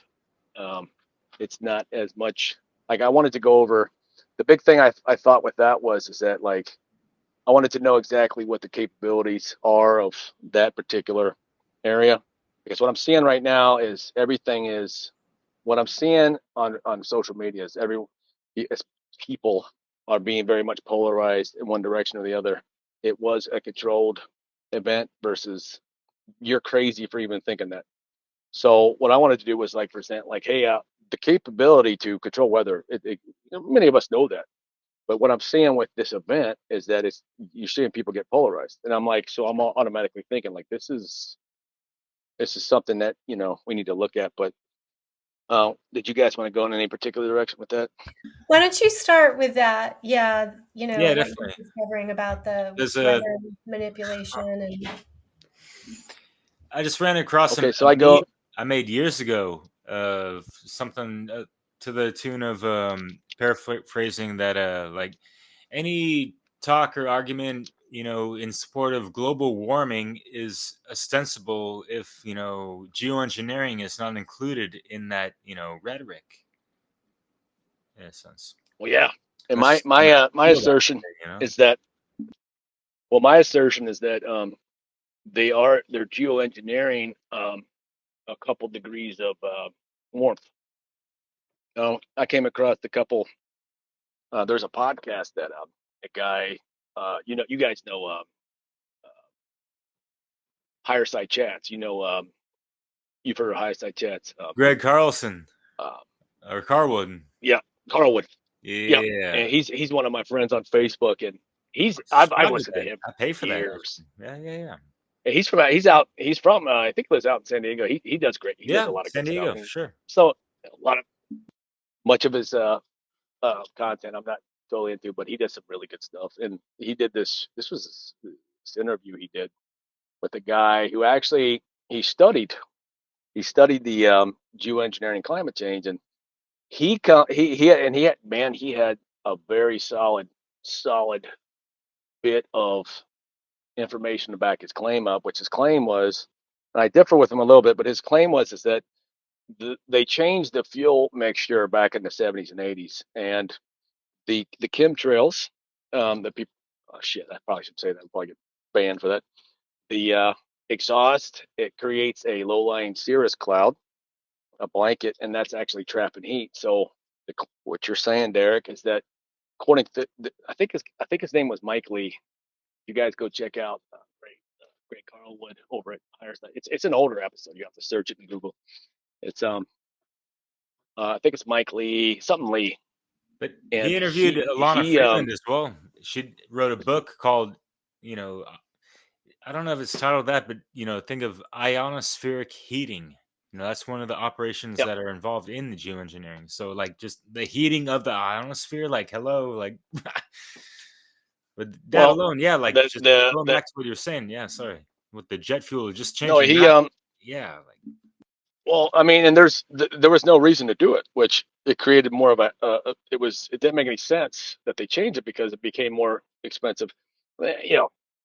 His basic assertion is that there was, and he had so much information to back this up. He's like, they're trying to raise the temperature by a couple degrees by basically, changing and this is how they figured out they would change the fuel mixture, which would create these quote trails, which would trap heat because it creates a blanket of cirrus cloud. We all see how that works. And the idea that he came up with was that they were trying to melt Antarctica to get out at the resources there. And he was like, everybody's got a claim to that land, so they must know. And so what they're doing in order to kind of create this control system is they're using the climate change and it's you people, it's you. You got to give up your individual liberty because look at what you're doing. And they don't even address nations that are the most polluting nations, which are we know what those are. I mean, people can figure that out because we have in the West we have pretty strict standards in terms of all that nuclear power. It's like part of that podcast I sent you all, he goes into some of that, which is it ties into what this dude was saying. So I'd recommend people to go check that out. So, yeah, I mean, just with that argument, it's like, again, the polarization. It's like, it's either this or that. It's like, no, it's a spectrum. And somewhere in there, you're going to find bits and pieces. You might be able to make the puzzle into a picture, but sometimes we can't, but it's like, so it's better just to get as much information. So geoengineering. So part of what I did with this was kind of go into the technology. So it's pretty thick in terms of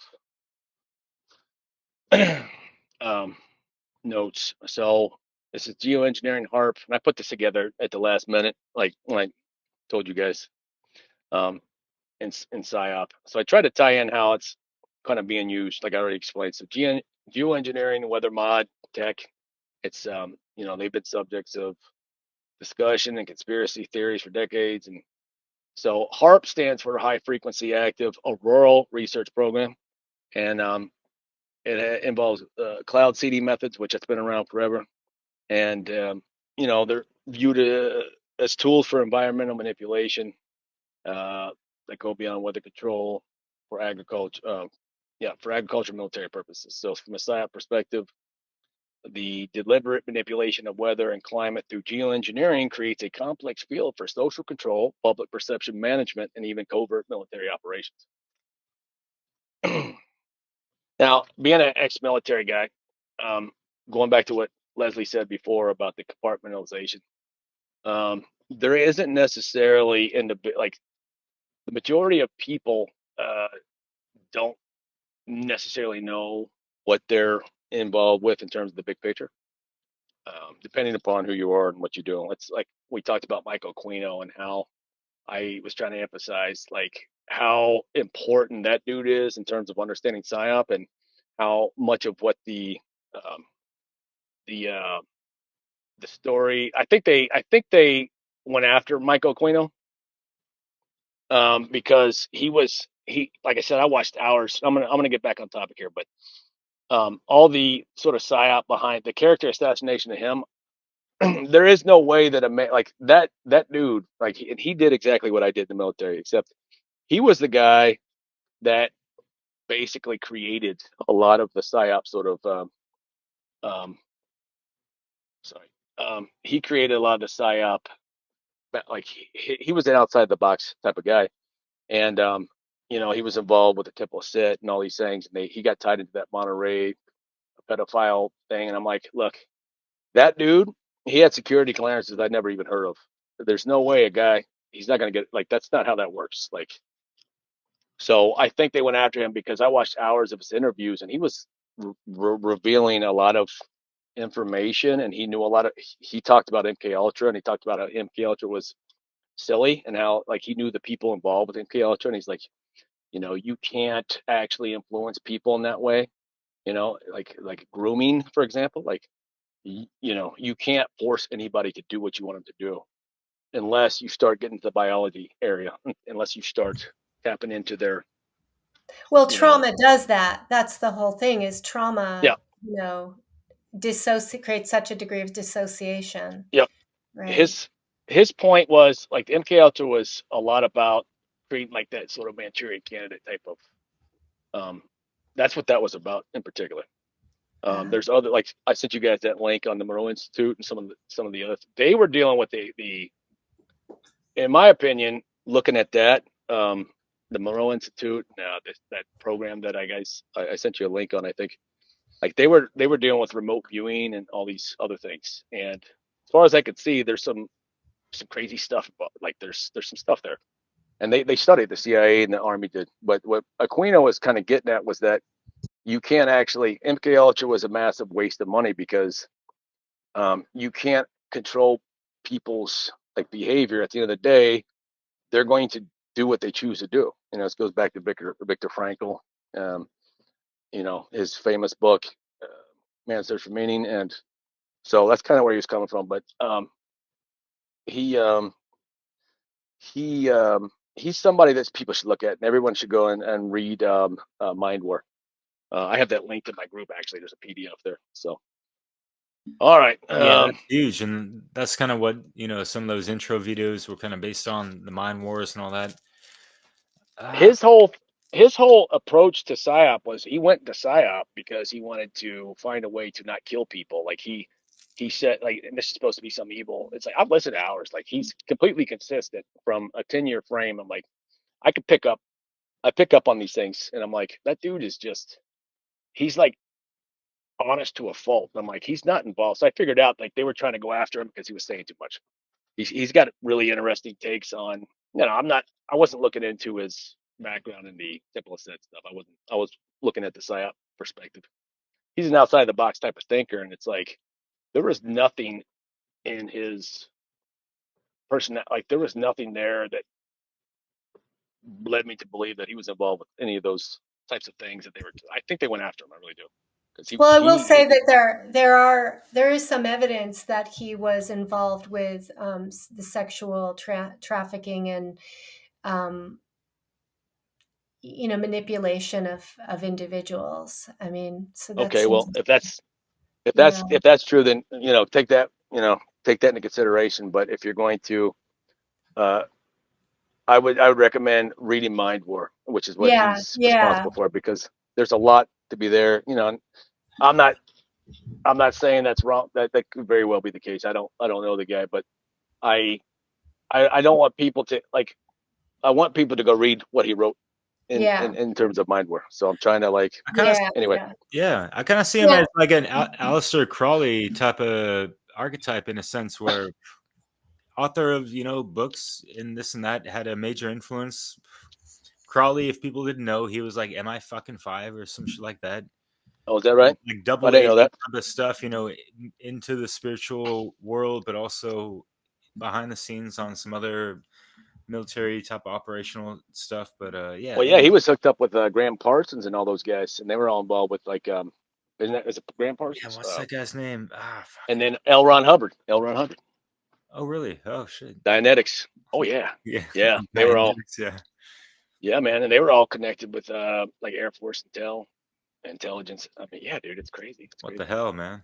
Shit. I mean, But Kathy O'Brien has some references to Aquino, and I have like my own kind of a, association that I've seen to that name related to some pretty corrupt shit. So I bet you it is a bit Could of a be. big bag, but I don't Yeah, know. everything is. And Yeah, but definitely go check out Mind War, and he wrote that, and there's a lot of good information. In fact, Word, Something yeah. he was talking about was the binaural beats, and that's kind of what the Monroe. When I heard the Monroe at the pot that stream, they were talking about Monroe Institute. And they were talking about influencing.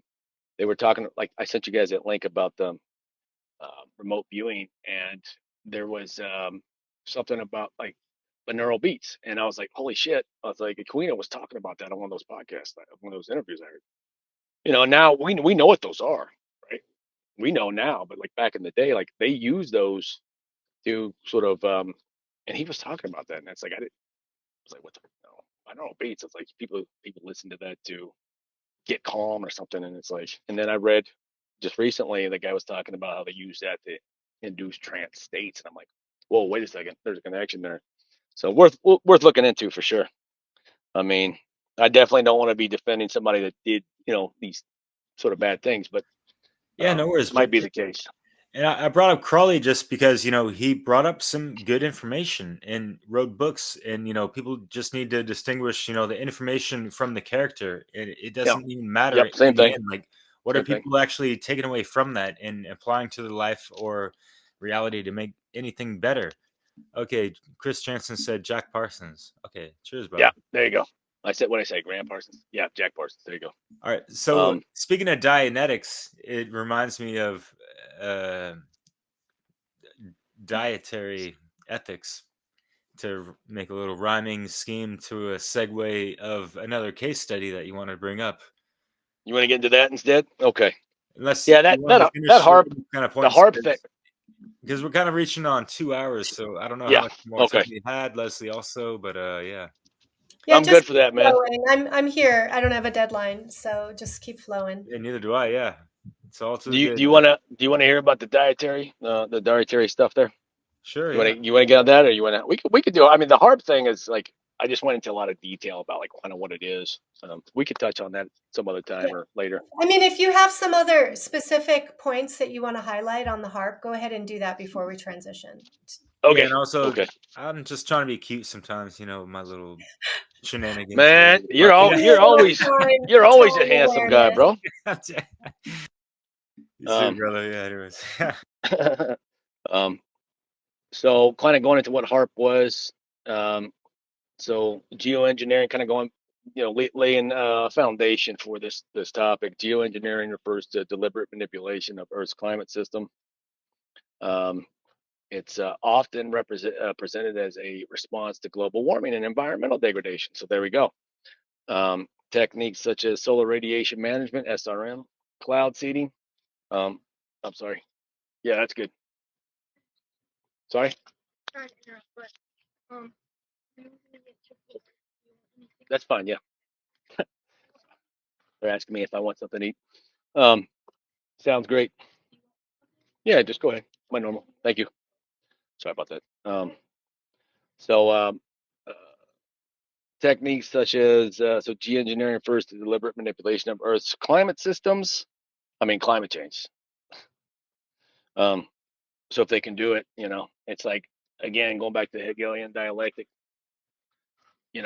if they want to a certain outcome, which if it's like that dude, Mike Lee or whatever his name was, said about like kind of getting at the Antarctic resources, which, again, there's every country is represented down there. They all have a claim stake down there, a stake claim. That's interesting. Yeah, that's another, whole life If you- study to be, sometimes, real quick, because, the whole climate change, with certain entities trying to propagate ecology and stuff, and maybe they had proper grassroots or whatever. And you look at the John Muirs, and yeah, we had some exchanges on Facebook regarding him, and I had my kind of doubts on him, but it was just in regards to like the cool quote that he had, and that it rings true to just like being more in tune and protecting nature and all this stuff. Yet whoever they were rubbing shoulders with back in the days, whatever the fuck, and whatever their philanthropy legacy was established on, and how it transpired throughout the decades, and how it might have been infiltrated, hijacked, or whatever the fuck, right? So have these things, that are pro environment, yet, what's kind of going on in the background sometimes, right? Because it's not all, Yeah. fruits and When we, vegetables or whatever. Like, well, I mean, and that guy Mir, he's like one of those old school environmentalists, and hey man, you have to judge people in context with their time, and they went after him, Sierra Club.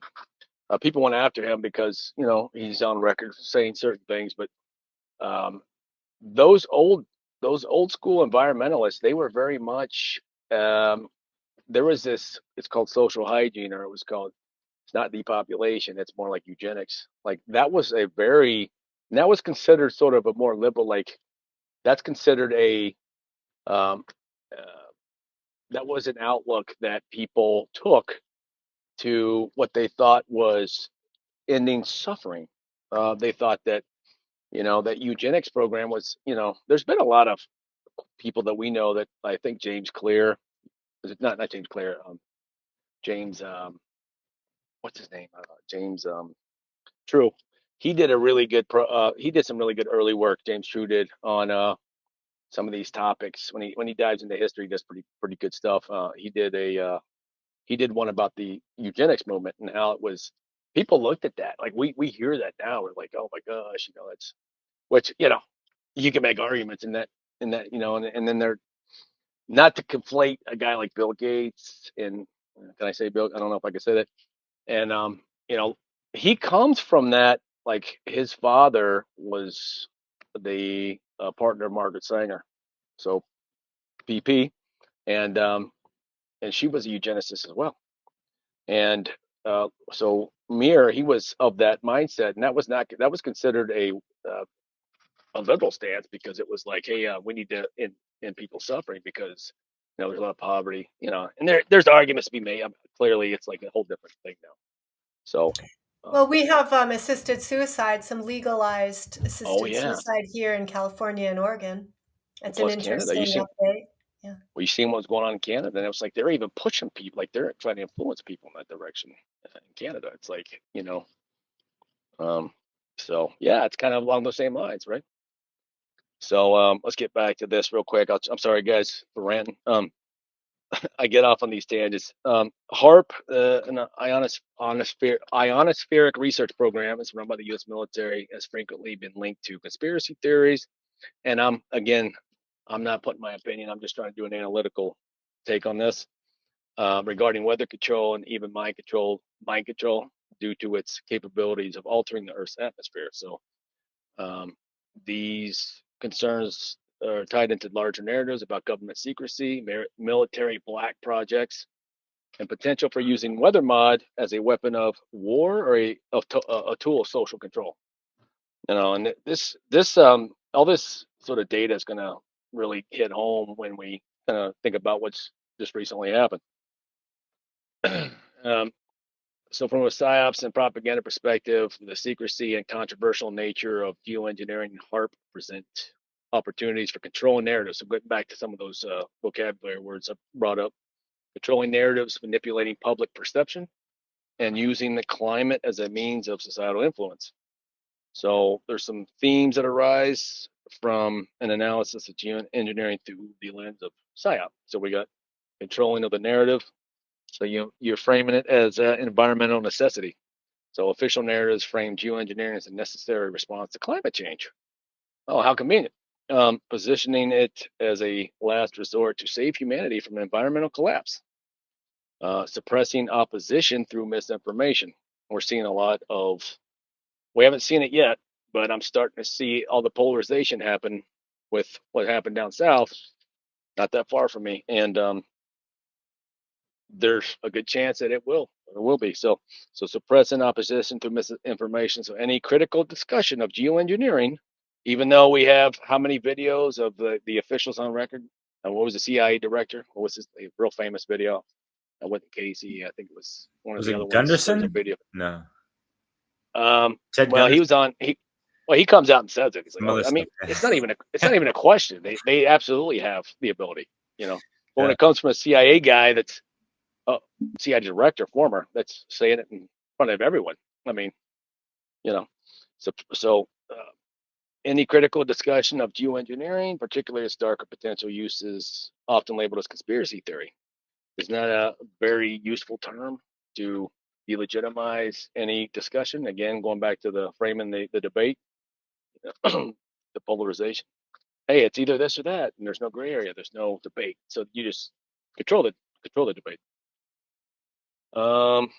So debate, suppression of opposition is a classic PSYOP technique. Let's see here. Appeal to authority and expertise. So the geoengineering, we heard this back in 2020. Trust the experts. Trust the science, right? Appeal to authority. That's a basic fallacy, and expertise. So geoengineering narrative heavily relies on scientific experts and authoritative bodies such as the UN, Agenda 21, Agenda 2030, Sustainable Goals, United Nations, or prestigious universities to lead credibility to these technologies. So what's the impact of weather manipulation? Well, a psychological impact, creating fear and dependency. Weather events, particularly extreme ones, and this is kind of what I was getting at before, like hurricanes, droughts, or floods, often create mass fear and chaos, which that's a normal human reaction. So if populations, this is what I said before, begin to believe that their governments or foreign adversaries can control these events, it fosters a sense of powerlessness and dependency. And this dynamic allows for greater social control as populations look to governments or international institutions for protection and solutions. Isn't that interesting? So weaponization of the weather, and this is something that's been talked about like back in the 40s. I mean, it's the idea that weather can be used as a weapon, such as inducing droughts in enemy territories or causing flooding, is key in key strategic areas. It's long been considered within military planning. So this is something, again, it's been known by the military. There's a lot of white papers out about that, kind of discussing this, going back to what Mike Lee said about the Air Force, like there's an actual white paper on the Air Force, from the Air Force, talking about how there was like a 1.8 degree change or change in the surface temperature caused by the blanket of cirrus clouds. That's enough to get at what they want to get at down south in Antarctica, which is what they got. That was a guy's argument. So it makes perfect sense. I mean, I had very little trouble. Like, he was really thorough. I'll try to link that. I'll have to go find that. It's a very good episode. Ray Carlwood, Fireside Chats. Mike Lee. I'm pretty sure his name is Mike Lee. Let's see here. So weaponization of weather, the idea that weather can be used as a weapon, such as inducing drought. I already went over that. So increased cognitive dissonance, the cognitive dissonance. So there you go with that term again. The scientific consensus presented by the media, coupled with the visible reality of severe weather events, creates cognitive dissonance in the public. On one hand, geoengineering is presented as a solution to the environmental crisis, but on the other hand, suspicion of its military and political applications persists. So the tension being exploited in PSYOPs by fostering confusion and creating divided public opinion on the ethics and safety of geoengineering. So secrecy, military application, and covert ops. So geoengineering is a black project. So going back to that term, black propaganda, black PSYOP. So many aspects of geoengineering, especially in its military application, remain classified or concealed under the guise of national security. So we know that there's actual white papers talking about geoengineering. So what I like to tell people about military technology is that what you're seeing out there in the real world is 50 years behind. In other words, we're starting to see like the laser technology, which you can go on to Lockheed Martin's website. They call it directed edge. They've had that for a long time. That's what kind of like organization that probably came out of the Operation Paperclip. Actually, I think they brought that over from Germany, but possibly, I'm not sure. But it's always if you know about it, then just rest assured that it's at least 50 years old technology. So the lack of transparency in these programs allows governments to conduct PSYOPs by controlling the flow of information, thus managing public perception and quelling dissent. So covert use for military advantage. Weather mod has long been considered as a potential tool for military advantage. Cloud seeding, for example, has been used to influence weather conditions during wartime. Let's see here. psychological manipulation through weather events. The public may not necessarily need to believe that weather is being deliberately modified to feel its psychological effects. Severe weather events already create fear, stress, and anxiety, which we know that. The mere suggestion that these events could be artificially engineered by a foreign power or one's own government amplifies these emotions, creating fertile ground for social control. Goes back to control, hearts and minds. Always Yeah. going back to, again, that was the insignia I had: hearts, minds, deeds. That I had an insignia that we wore on a uniform that said hearts, minds, deeds.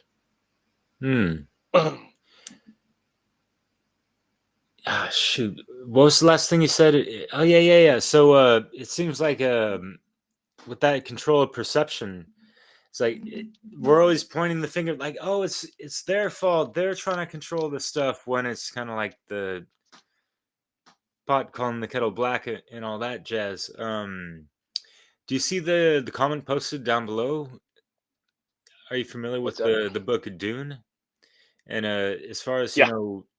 projective programming and just allegories and that kind of stuff, and foretelling or even forewarning the public populace, through these mediums of books, literature, movies, Yeah.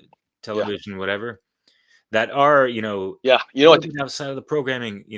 Any insights to this comment or anything of the sort? Yeah.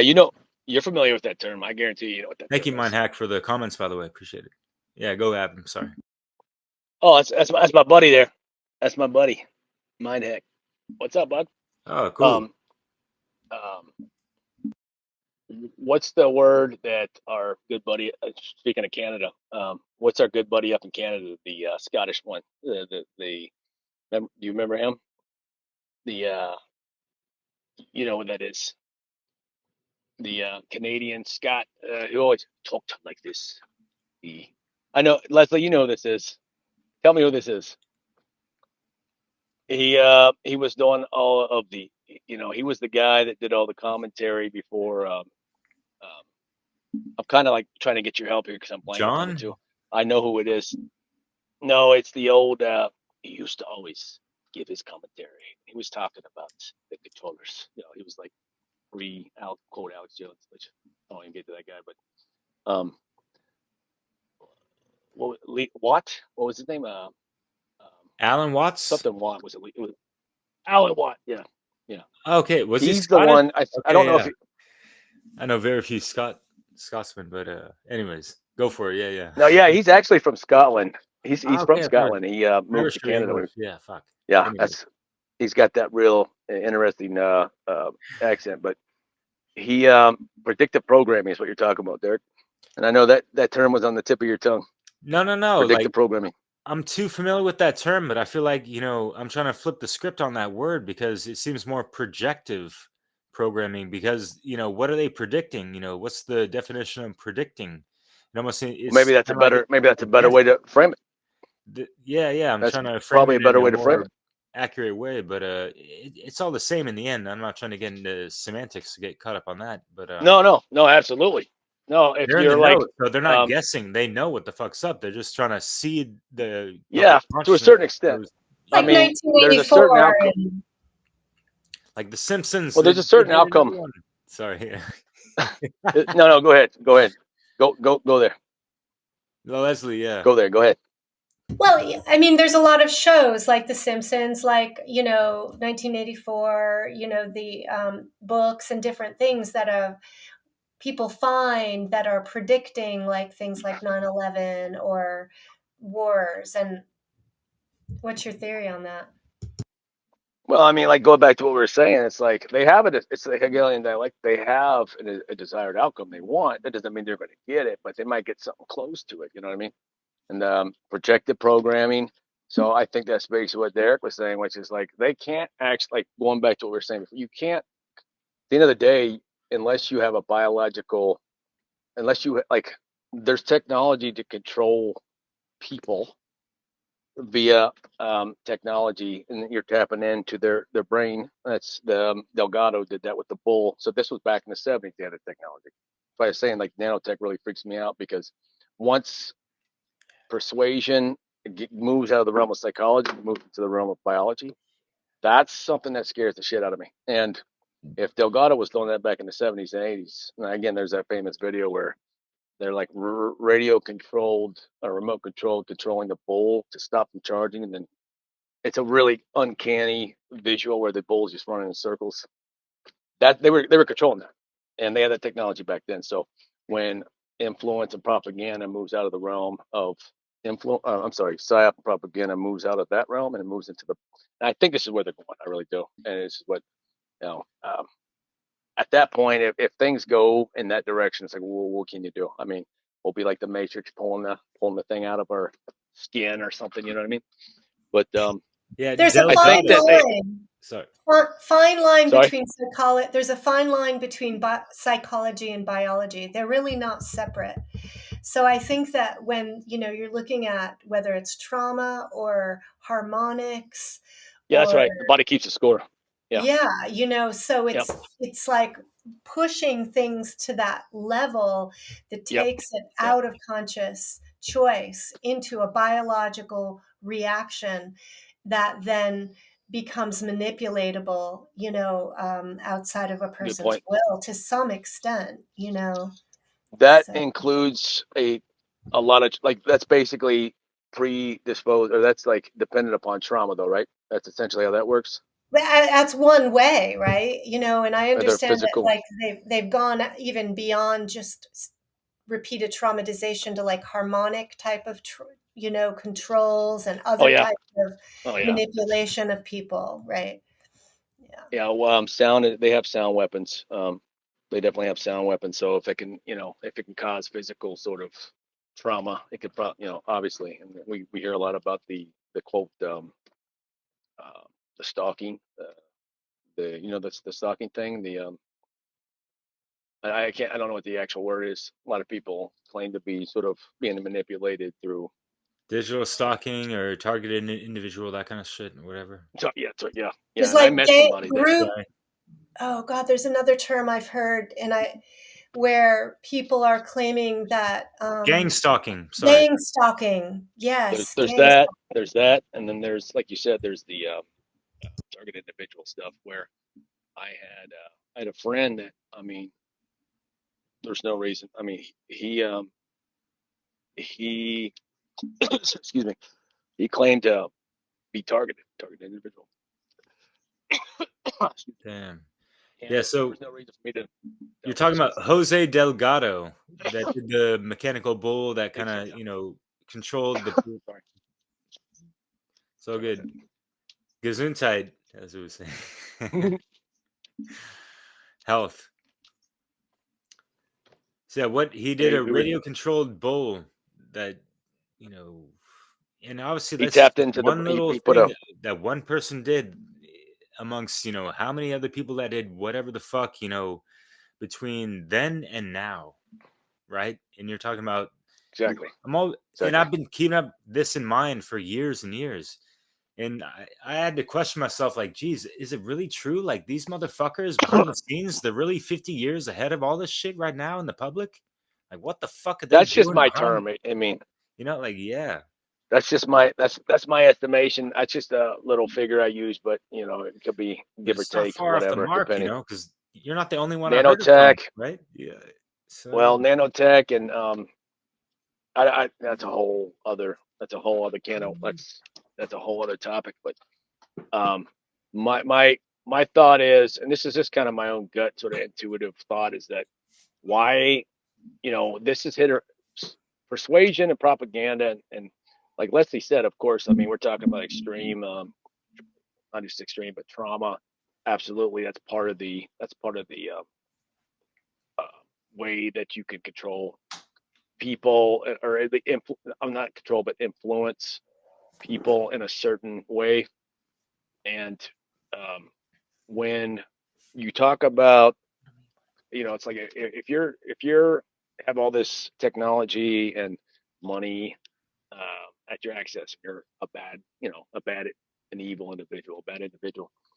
Like, wouldn't you think to yourself, hey, instead of like spending all this time and sort of hit or miss effort in influencing people in the way we want, now let's just figure out the technology to use to control exactly what we want them to do. And that's why I'm very like, and this is kind of the issue I got with Elon when he's promoting the technology, and he might just be promoting that technology. You can't just assume that he's. I mean, I have my own opinion, but I know I can't just assume that like that brain chip technology is just, my I kind of go somewhere where I'm like, no, but then it's like he presents it as, hey, this is a way to advance humanity and to develop.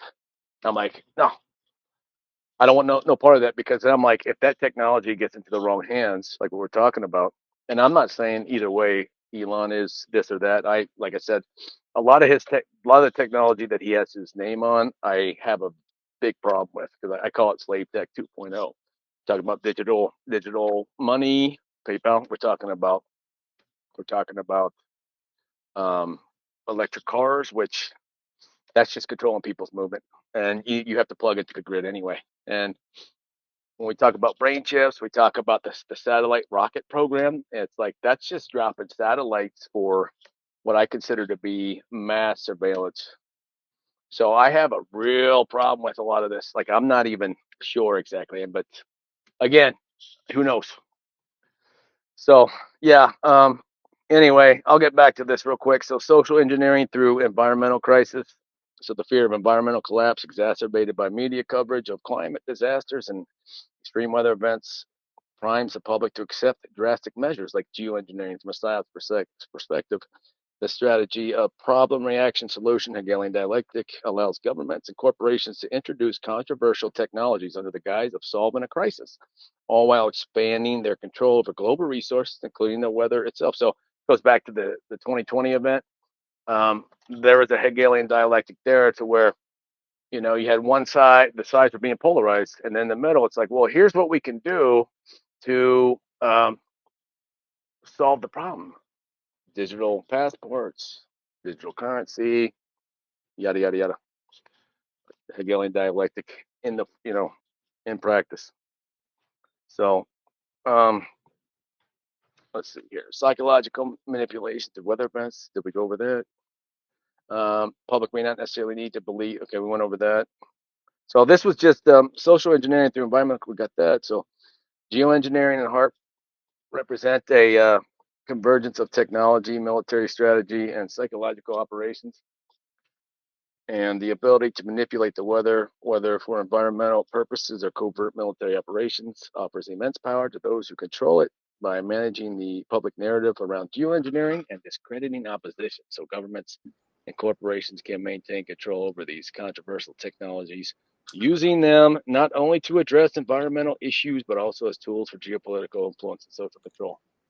Damn, man. Give me a second. Give me a second, guys. Yeah, no worries. Real quick. All right. Do your thing. I'll ask you afterwards, but this sounds so much. Give me 1 minute. I'll be right back. Yeah, we're gonna keep it flowing while you're doing the thing. No worries. Sounds good. I'm gonna hit that bathroom real quick. All right, thank you. Yeah, sure. Yeah, we all human here. Yeah. Yeah, this is fascinating. I appreciate how he is really shedding light on these events with the strategies, right? And my view is like we should know these strategies, and we should be careful that we're not participating in them. That's really why I wanted to have this conversation, right? And because we see this being played out on Facebook pretty much on a daily basis with whatever, right? People post some memes and not really understanding the whole meaning behind whatever's being portrayed behind them sometimes. And yeah, it's just it can be a shit show quite easily when people haven't done their due diligence and they're just kind of regurgitating, what they kind of seen, and with the confirmation biases attached and all that jazz, to whatever degree of truth that might be entailed in those things. It's like it's not a black and white issue a lot of times. Sometimes. Yeah, and I think he's highlighting a lot of points that we've made throughout our various shows. About the importance of kind of knowing thyself and being very aware of your own, what's driving your own consciousness. Is it conscious or is it unconscious? Is it emotional? Is it logical? Are you using critical thinking? Are you using the trivium? So, wherever we are in trying to influence, right, like on social media or with our own websites or so forth, we want to be very conscious of our own use of these techniques, right? That then I think end up delegitimizing our concepts, So being principle based, to me is the most important thing, coming back to principle, being clear on what we know to be true versus what we are assuming or believe, right? Sorting out the difference between belief and real knowing, because I think we want to value the truth and not just try to emotionally manipulate people. We have choices to make in our own marketing, right? Yeah. Sorry about that, guys. Yeah, Oh, it's no okay. worries. Yeah, we're cool. All right, Yeah. so to bring us back We to good? the speed, yeah, for sure. So what you were just talking about, it really reminded me of, things of the nature of, I'm sure you've read, was it Dr. Coleman's Community 300, or, and I want to ask you even just the validity of the Iron Mountain Report document. I'm sure you're familiar with that. Oh shit, you're frozen. Oh no, you're good. You're back. You heard about that? The Iron Mountain Report? Back. Yeah, Because they Coleman. speak about weather is, like, so, all the elitists that are been so used to and comfortable over, making money off of the wartime, they're looking into the future like, okay, yeah, like humanity, we want them to evolve and be in some kind of peaceful time. But how are we going to profit off of that, when we're so used to profiting off of the war because we're funding both sides or all sides or whatever the fuck, right? So one of those things was like weather warfare or like these, man-made, quote unquote, natural disasters, right? So how does that Mhm. play into what you were just talking about? Because it seems that's just goes hand in hand. It's just been written, from different hands, from different ages and Well, times. if you think about going back to Aldous Huxley, their father, who was, of course, Aldous Huxley was the writer of Brave New World, which I believe is a very, I think it's a sort of a blueprint. I think he was privy to some of these quote plans, and I think that's what Brave New World. It's we're not really moving into 1984. That was attempted. I think 1984 was basically the Soviet. That's the communist, like sort of the Soviet Union model, which doesn't really work that well. And I think that the Brave New World model, while everything's subject to. I mean, one thing people need to understand is that like these planners, these groups, it's like there's always opposition. Like I said, not every billionaire is an evil.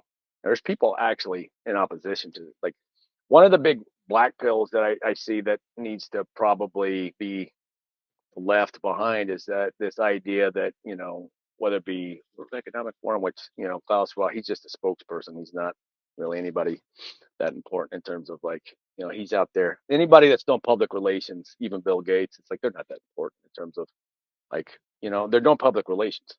Um, so I think that back in the day that the idea behind overpopulation, they've been promoting that since like the 1800s, man. It's like middle 1800s, and it's like, and there was some weird statistic I read, like, all the people in the world could have like an acre of land in Texas or something like that. And it's like, if you've ever flown long distances, you'll see this vast tracts of land. There's nobody there.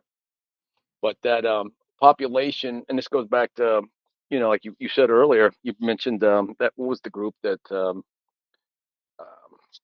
you mentioned before? they were promoting the what's the Club name of of this Rome, fucking study in Committee A's? Committee of 300, Club of Rome. Club of Rome. That's Yeah, also Club of Rome. John So Coleman. they this overpopulation, this whole thing has been a outward, like we were just talking, what I just brought up. There's this outward, well, it's the Hegel. It always goes back to Hegelian dialectic, and they're presenting the problem, and partially they're creating the problem. They might be influencing people to believe that it is the problem, and maybe with like what we're talking about geoengineering, maybe they're creating a problem in terms of they can influence the weather, and it's like, well, we need to do X, Y, Z in order to solve this problem. It's like, and at the end of the day, more power is being, um, you know, gained by these people, and it's like, I just you just have to keep in mind that like not everybody that has influence is on team evil. Like there's people out there, and that's kind of that one stream I sent you. That's the point he was making. It's like not everybody's. It's hard to, us kind of looking at it. It's like, we look at some of these individuals and how they're presented by. No, we don't know these people. We don't really know, but it's like, again, going back to that thing we started off with, like there's a spectrum. Like there ain't this or that. It's like there's a spectrum in between. There's degrees of the thing. So polarization is always going to be present when there's some sort of psyop or propaganda, because when you see polarization taking shape, just it's a pretty good assumption. It's a pretty good, I guess, rule of thumb especially when it becomes like a very popular topic that it's being manipulated. You know, because again, going back to natural law, it's like where do you see this or that? It's like this thing or that thing. It's like, I mean, I'm not talking about like sex and stuff like that. I'm talking about like there's spectrums of truth. There's always gray area. I mean, there is truth, don't get me wrong, but then it's like, you understand what I'm saying? It's like there's this like people's polarization. perspectives kind of It's skew this it. or that. Red team, blue team. It's left, right. It's and then they just move it to wherever they want, and that's the Overton window.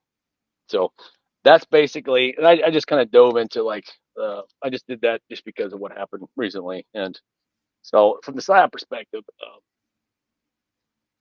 that's I'm not trying to insinuate that like people in the. I mean, it's one of those topics where it's like just being aware of what the capability is. Like the capability's there, and it's like it's not even a question. I mean, now how it's going to be used to manipulate people, it's like, hey man, we have that capability, and we're just going to do this one thing real quick. And now from now on, we don't really, kind of like some of the events that we see that have a whole bunch of, it's presented. These events happen. I'm just going to say events, and it's like presented to the public as a certain thing, and then people start looking. Let's say JFK assassination. That's the very first one in terms of like popular American culture. It was presented as, and that's where the term conspiracy theory came from, as far as I could tell. And that was it's presented its very particular way. But then when you start looking into it, it's like, well, wait a second. And then there's all these other angles, and then before you know it, there's influencers involved trying to steer it one way or the other. And here's the acceptable, and everybody knows that was a conspiracy. So just by the basic definition of conspiracy, which is what, two or more people coming together to conspire. I mean, that's all the time. Like we're conspiring right now. So all of a sudden it's like, hey man, we're going to control the dialogue of the JFK assassination. We're going to present. At some point, though, it goes back to that saturation that we talked about, the information saturation, to where you can't. There's so many different angles to where it's like, well, shit, and then you're just like, forget about it, because it's like we know something. It wasn't what they told us. So anyway, there's that. So I went into that. You guys were, I don't know how long have we been going. I would really like to go into the quotes and some of the book. Like I can do that real quick if you want to do that. Yeah, we've been going about 2 hours and 25 minutes. So All right. And I apologize for going off on these Yeah, tangents. no, these are such big topics. Like a whole show could be on each one, you know. Yeah, we could do it's part Good. 3, 4, whatever is good with you, Yeah, man. absolutely, man. Absolutely. Leslie and Derek, absolutely. Yeah, I'm we down. definitely you can definitely finish up this last bit you wanted to do, and Yeah, we can wrap with it your up. And quotes and books. I think it'd be Let's do good. quotes and books, and we'll keep some of these case studies for next time. And then, of course, next time I want to add some more stuff to it. So, including Dianetics. No, just hey, kidding. man, that's a good subject. Going into It's a pretty Parsons. cool subject, honestly. Well, I mean, like, hey, man, where'd the UFO? Okay, let's talk about we're talking about the UFO thing, right? Aren't we? Like that was all like wasn't I'm pretty sure quite a bit of the Parsons and Hilbert, like Hubbard was his partner or his good friend, and who did like um, who was the guy Aleister Crowley. Like I don't know how much he had to do with that, but I think those guys um, didn't that whole UFO alien thing kind of come, isn't that kind of where it originated from? I mean, in terms of modern culture, like modern. That's a good subject to look into. I might go ahead and do that actually. So, um, I'm not for sure about that. I think that's where the Neither am modern I. sort of.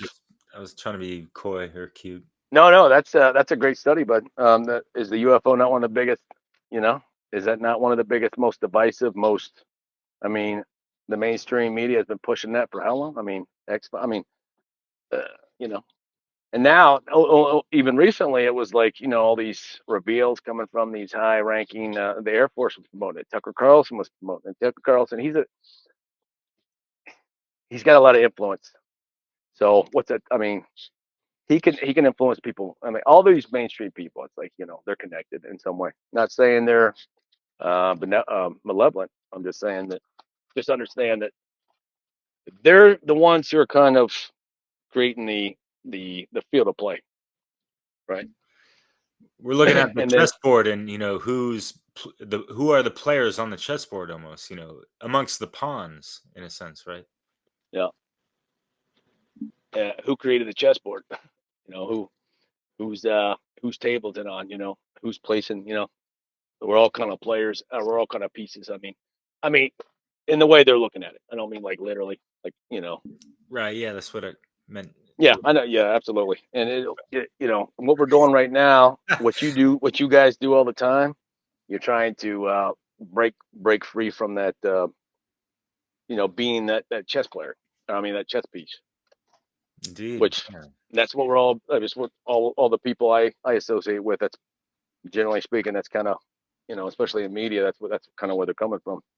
We all do it in a different way. All Yes, right, indeed. so I got shaping minds and then controlling opinion. I put this list of books together. So it's insights from 13 key texts. Psyop, and I think I was going to do some cyber warfare, but I'll leave that for some other time because that's kind of where I see the hybrid, the psyop and the propaganda field. It's merging with cyber warfare. That's a whole different topic. And then we might go into Delgado next. I might look into him and see, kind of explore that area there with what we were talking about Yeah, before. him and that whole cyber thing, that would be a great show in and Cyber of warfare itself, is Fuck yeah. that's the future of psyop, I think. Because everything's done basically, with the exception of the holographic, blue beam stuff. Yeah, fuck. Actually, I'll bring up blue beam because I think there's a lot of psyop there too. Because it becomes such a popular, it's an archetype at this point. It's a meme. So we can look at memes as forms of archetypes, really. So blue beam's an archetype at this point. And whenever I see that, I'm like, what's that old quote? I got one of these quotes about how repeating a lie so big that it can't be denied. Yeah, the Russian guy, I think. Anyways. Or a Um, German, Goebbels. I don't know. yeah, Doesn't matter. I believe so. Yeah, I mean that's one issue with some of these quotes. It's like you never know where they come from. So, so this is 13 key texts. So the first one is I would recommend reader or listeners go check some of these books out. Engineering of Consent. That's Bernays, 1955. So it's an essay, and Bernays, and many of these books are available. Everybody that we know should know. Archive.com has quite a bit. Try to get the PDF and just to get some, you know, uh, get some sort of effort towards some of these books at least. But I would always recommend buying real books, because before we know it, these books are going to disappear. They're not going to be accessible. That's kind of the plan, I think. But the engineering of consent. So this is Bernays builds upon his earlier work, Propaganda, which is one of the go-to books. I have that sitting over there actually. To explore how mass psychology and public relations can be used. So mass psychology and public relations. So remember, I keep bringing up that comparison between two sides of the same coin. You got propaganda on one side, you have marketing, advertising. And this is largely from kind of Bernays. He basically he was a master of both, and it's two sides of the same coin. It really is. Excuse me. So he introduces the concept that those in power can guide public behavior by understanding the psychological triggers of the masses. Triggers. That's interesting.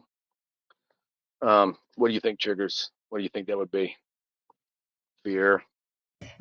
Fear of dying, fear of your children. Hearts and minds. So the second one is manufacturing consent, which we talked about, the political economy of the mass media. This is Ed Herman and Noam Chomsky, and this is 1988. I was 10 years old when this book was written, and I recall reading this back in high school as well. So Herman and Chomsky, excuse me, introduced the propaganda model, which demonstrates how corporate-owned mass media serves the interests of elites by framing news to align with government and corporate agendas. And then, again, Noam Chomsky, he's pretty well known to be on the left, and he's got a very particular, but he does a lot of good work with linguistics, and much of his work was built my foundation, back when I was in 6th grade listening to Public Enemy, and this was, heck man, this was back in, I graduated in 96. I was rocking out the Public Enemy shirt back in 6th grade, and I can't, what year was that? I don't even know, but that started my progression towards, Noam Chomsky eventually, and then learned what I needed from him, and moved on. Anyway, Public Opinion by Walter Lippmann.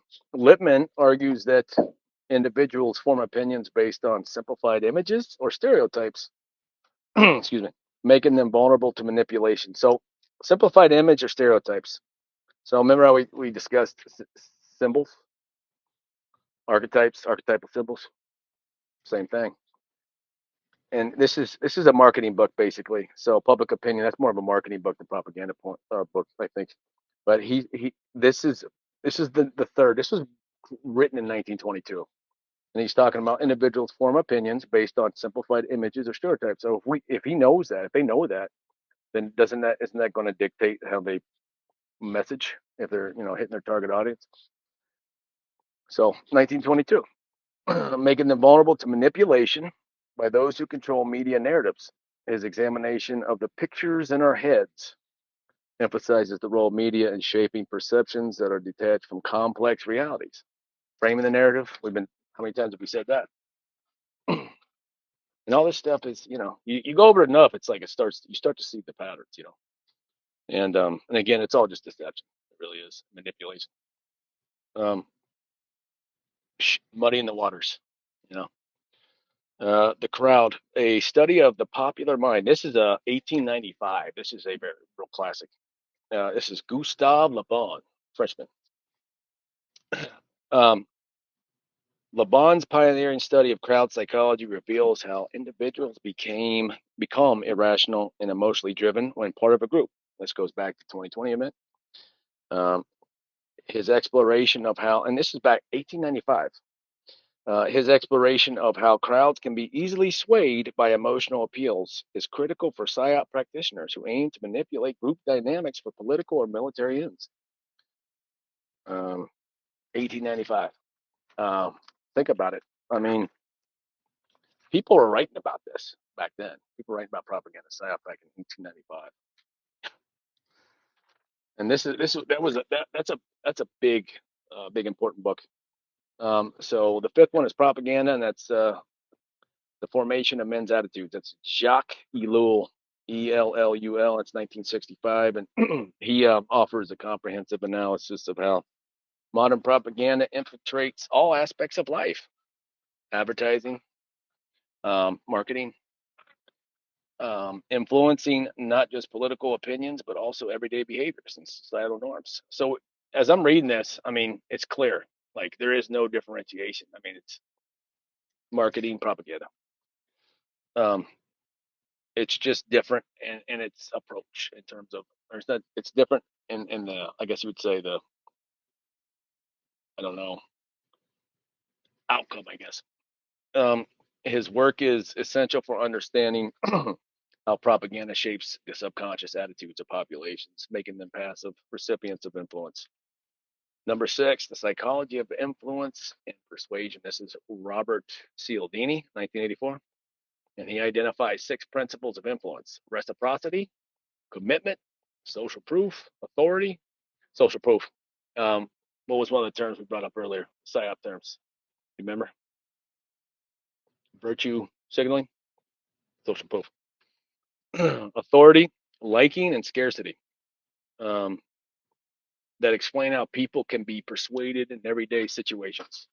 His insights are directly applicable to PSYOPs and propaganda strategies, as understanding how individuals make decisions allows, excuse me, propagandists to craft more effective messaging. And by the way, when I was in PSYOP getting trained, we used the term target audience. That's the same term that you would use in marketing or advertising.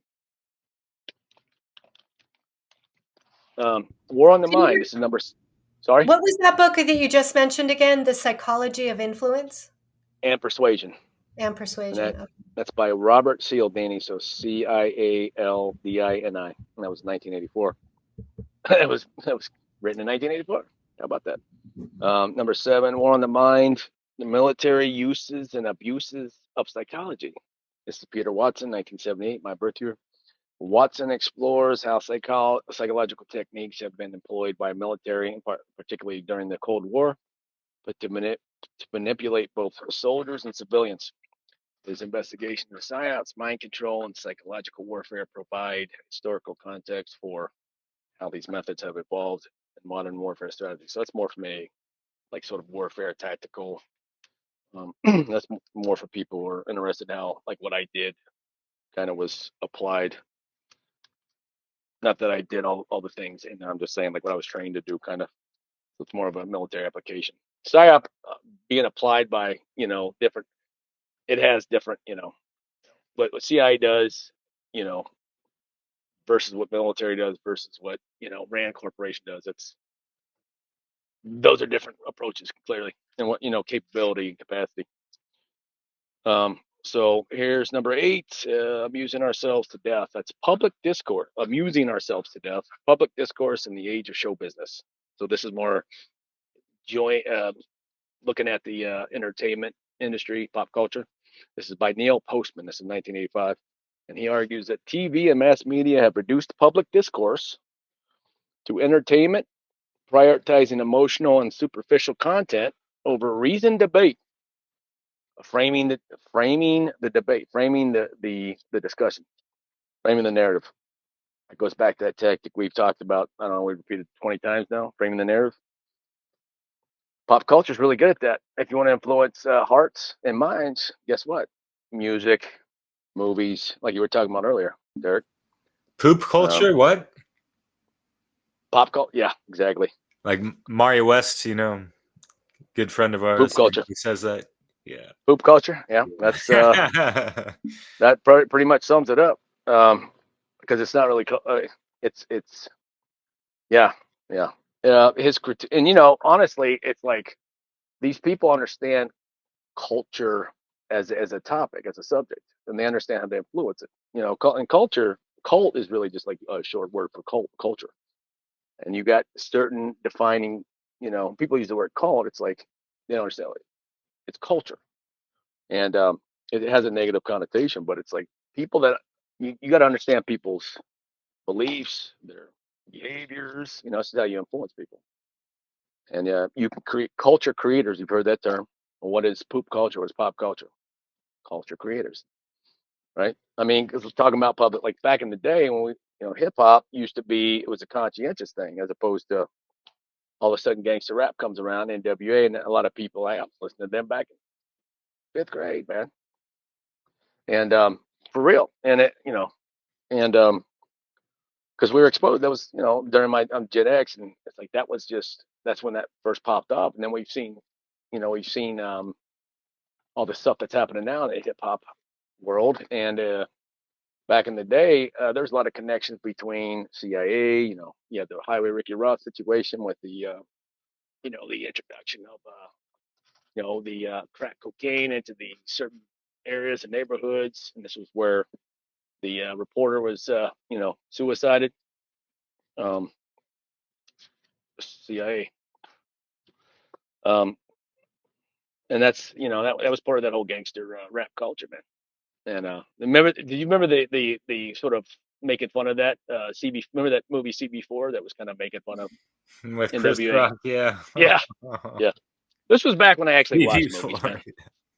Yeah, they were kind of making fun of that, like they were kind of showing it to be a concoction. It was not like like American Idol style now, where it was the same up until a certain point, where most of the time it's just created characters.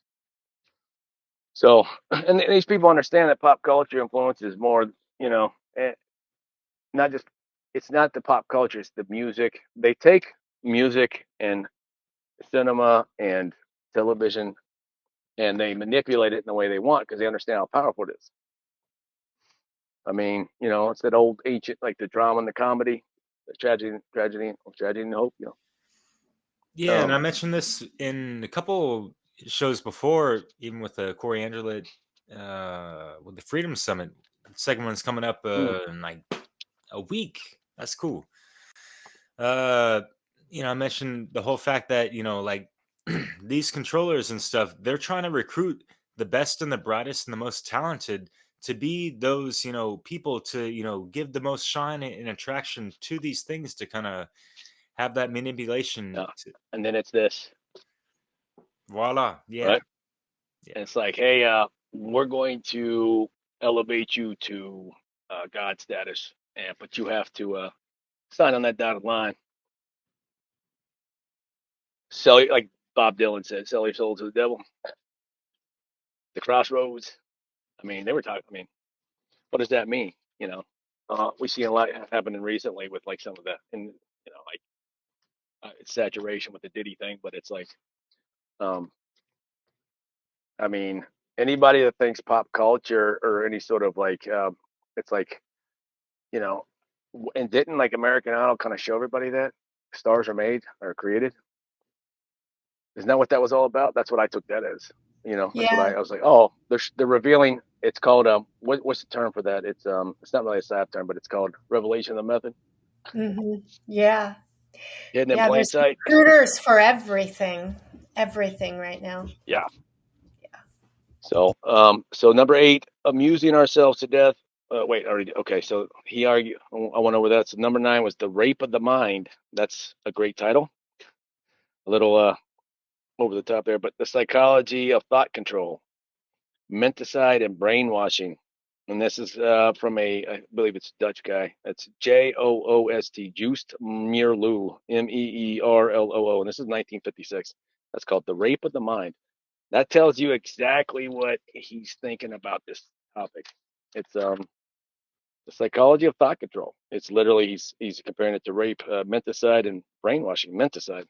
That's a pretty, I don't think I've ever heard that term. It's killing your mind.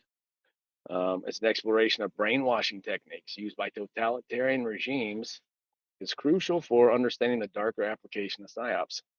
That probably was kind of in the realm of MK Ultra. He delves into how fear, indoctrination, and isolation. So this is a grooming. This just sounds like grooming games, right? He delves into how fear, indoctrination, and isolation with the incorporation of like severe physical trauma and the drugs, forced drugging. That's a whole messed up situation there. Isolation can break down individual resistance. So he's saying here that my contention was always from that man search for meaning, which is you can do all these terrible things to people, but on some level that it's still almost impossible to control a person because you can't really control it. You can't. This is kind of what I was getting at with the Aquino quote when he was talking about the culture. His point was, whether or not he was involved, what you said, his point was that at the end of the day, MKUltra was a failure because you can't really force anybody.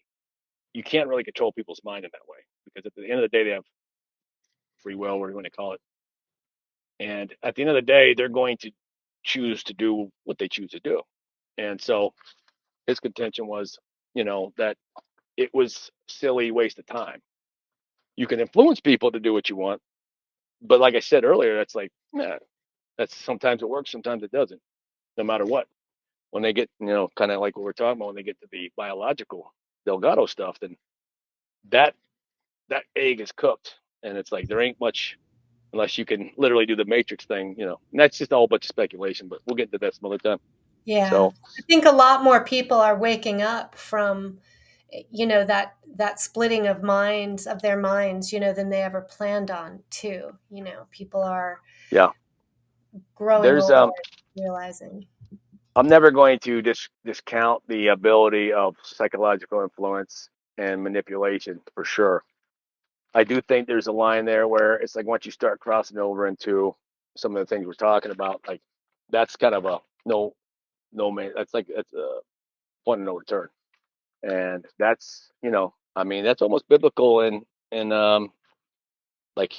we've heard about these things throughout history. So hey, that's kind of interesting.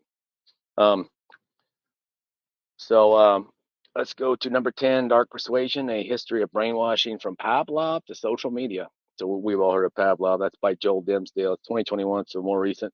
And he traces the history of brainwashing techniques. That's there you go. That's a whole show right there. Brainwashing techniques from early experiments of Ivan Pavlov to the modern Pavlovian dogs.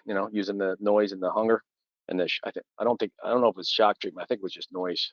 I can't remember exactly. Yeah, it's just the bell. Yep. And all that stuff, and like they would get the salivation. The school bell. Right. Sorry, Leslie. Yeah. Yeah, exactly. Yeah. In combination with their hunger, though, and their desire to eat, right? Hearts and minds. So he traces the history. And Okay.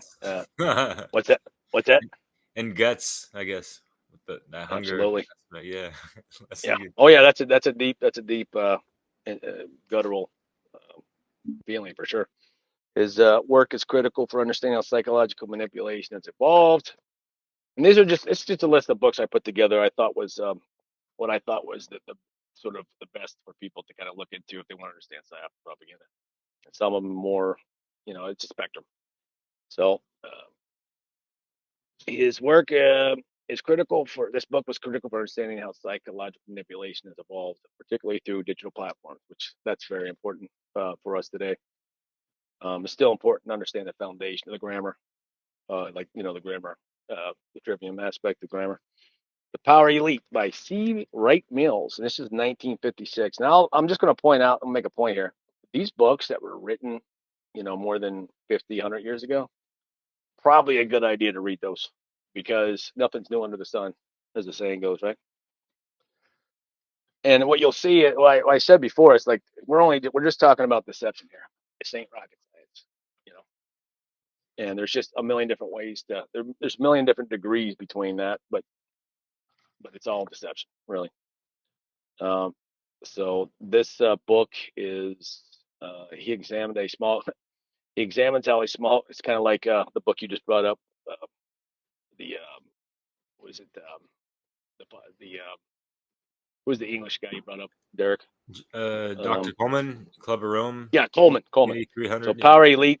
It sounds like it's kind of it's sort of in that frame. He examines how a small group of elites control the major institution of power in the United States, including the military, corporate, political spheres. We all know that.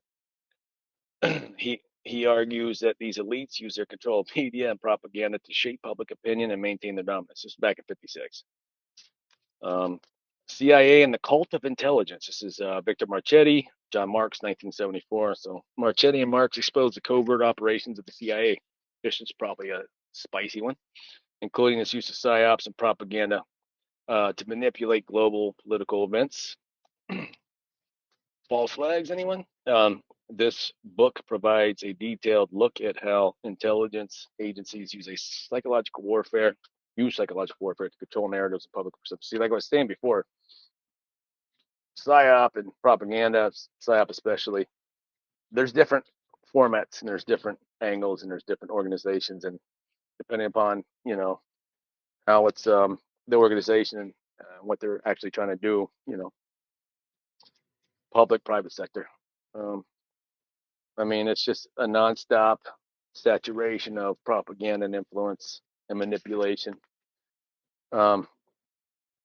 The CIA and okay, we got that one. So number 13, Mind War, Michael Aquino, and this was 1980. And again, just need to emphasize, like when I listened to him talk about like his pedigree, like the things he was involved with.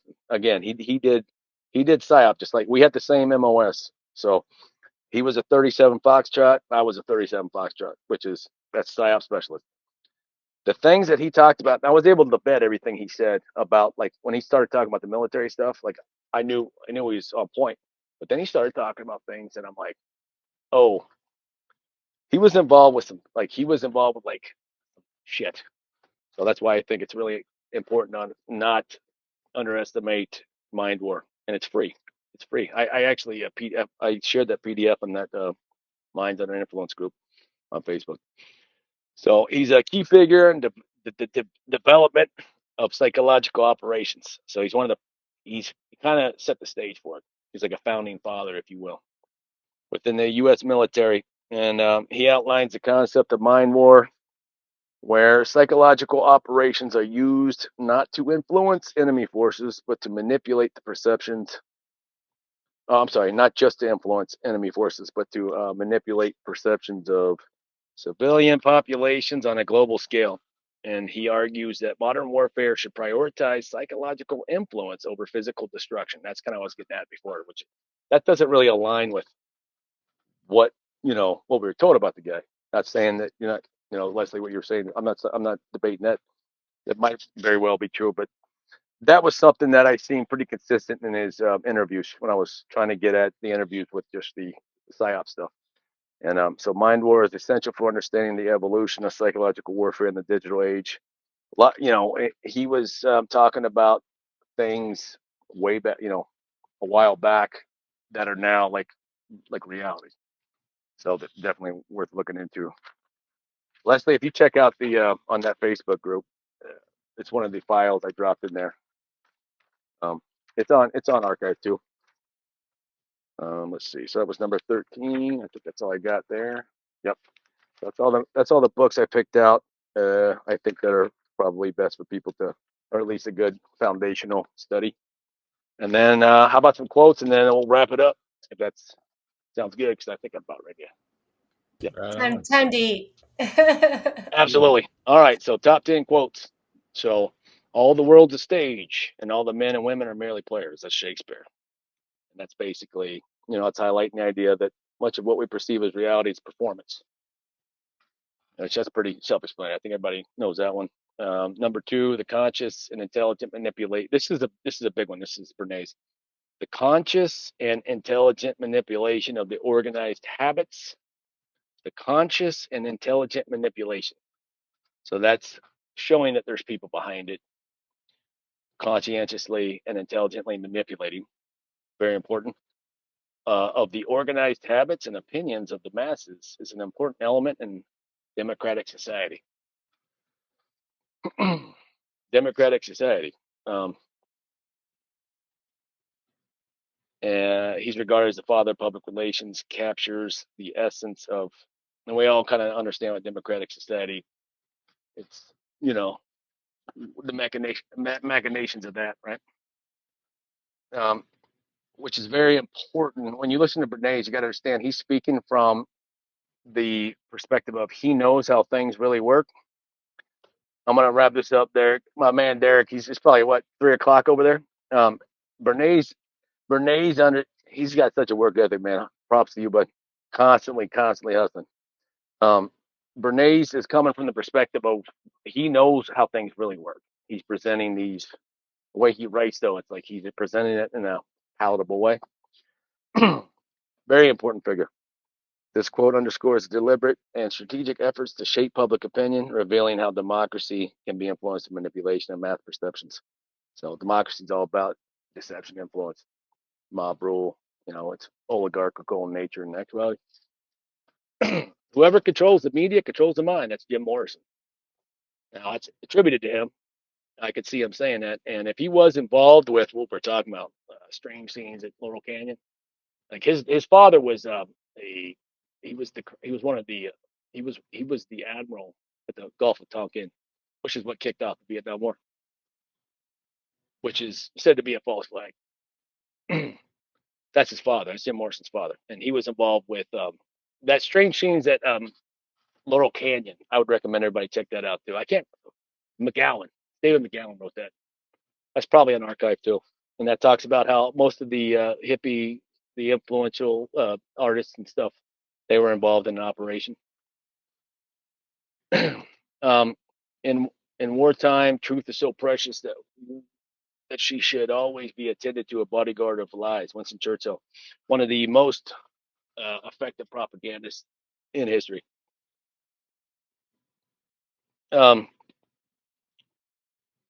So his insight into the use of deception during warfare perfectly encapsulates the role of Psyops propaganda.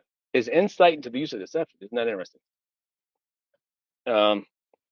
Number 5, none are more hopelessly, and these are just some random quotes I put together, by the way. These are just what I think are good ones that kind of encapsulate the whole thing we talked about. So none are more hopelessly enslaved than those who falsely believe they are free. That's Johann Wolfgang von Goethe.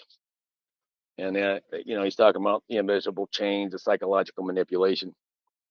And psyops of propaganda operate by creating illusions of freedom and choice while subtly guiding behavior and thought. Voting.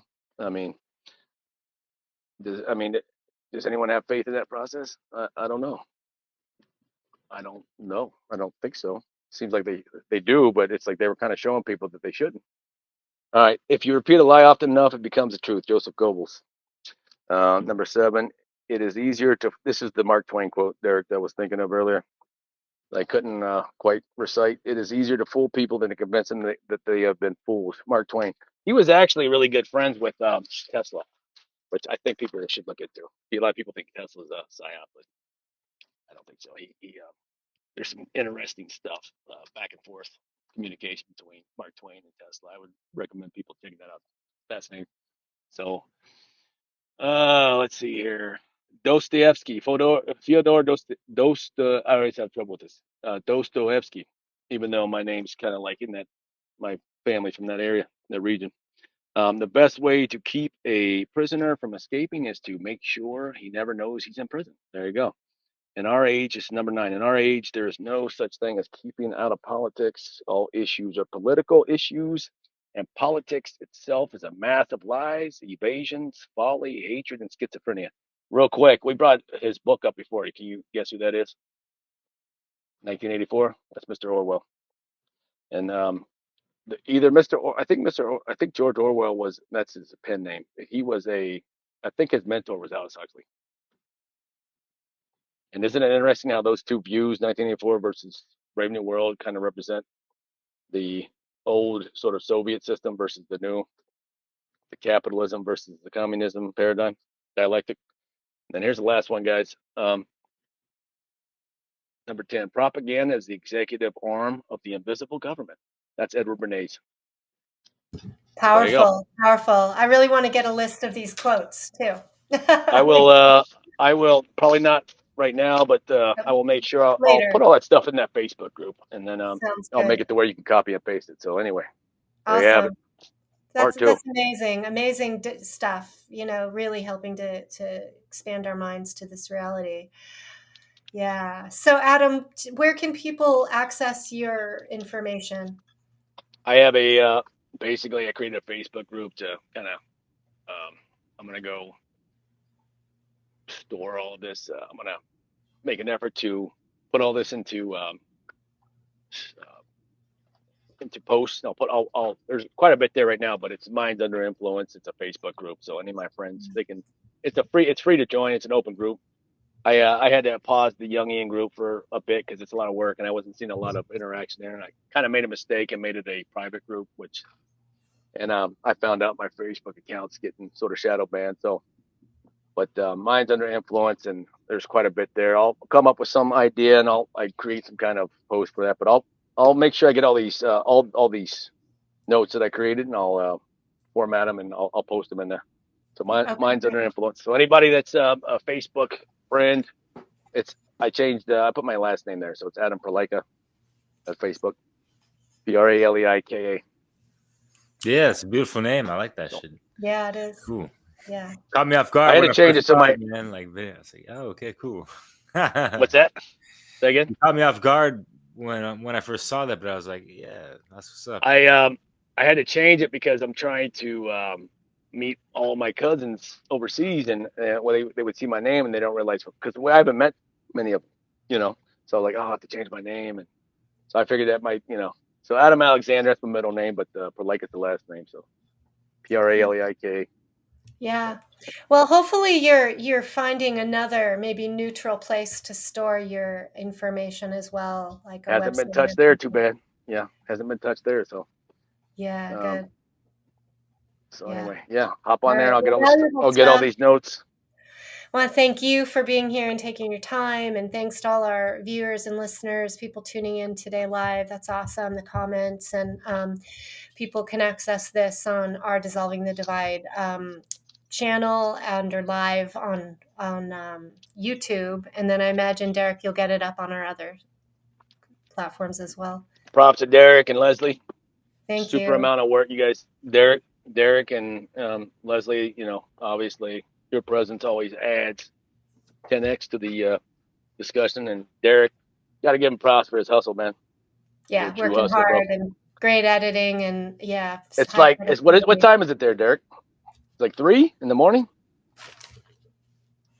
Okay, hear you. You're on mute. It's only 2:00 in the morning, almost around. But you probably been up since like what 6 Yeah. o'clock. Man, Yeah, you when go did you nonstop, bro. sleep last? Is the I had a question. cat nap, but I've recorded, like 5 hours before even getting into this one. Yeah, man, we gotta let you go to sleep. Always Not hustling. 4 hours. It doesn't Always matter. But all I want to say is, in Respect the hustle, bro. conclusion, like, Adam, you brought so much value to our show and to anyone out there listening. I really hope people take this to mind and to heart, as even, that's the common theme as well. And they're using that against us. And so we really got to take that power back and, really, have that critical thinking in mind. So we're not, duped into, falling into these camps Victim. and, falling into the hands of these dubious dialectics that got us so Absolutely. divided, unfortunately. And we see this on a daily basis on social media. And, people want to laugh it up through whatever fucking memery, whatever the fuck. And like, in the end, like, how is that helping out the cause of things in the, like, in the grand scheme of the spectrum, like, you understand, like, the spectrum is being dominated, on all fronts, with that full spectrum dominance, as a Christian commented earlier, so it's like we're in warfare, y'all. Like, let's try to, like, we can all have fun and this and that, but like, let's be more appropriate and mature with these things, and like, pick your time and moments, and classiness of it, I guess. Fuck. Yeah, and there's I was looking for it, yeah, but I still love you. And maintain compassion, because you just need to understand that, like, this manipulation and deception is coming from a high level. It's coming from people that are experts at this, and we don't just understand that polarization is divide and conquer. It's the same thing. It's a similar thing. It's like, just understand that that's that's what oftentimes the evil influences want. So maybe we look at somebody that, I'm not saying that you gotta, you know, put up with certain behavior from people. It's better just to move on.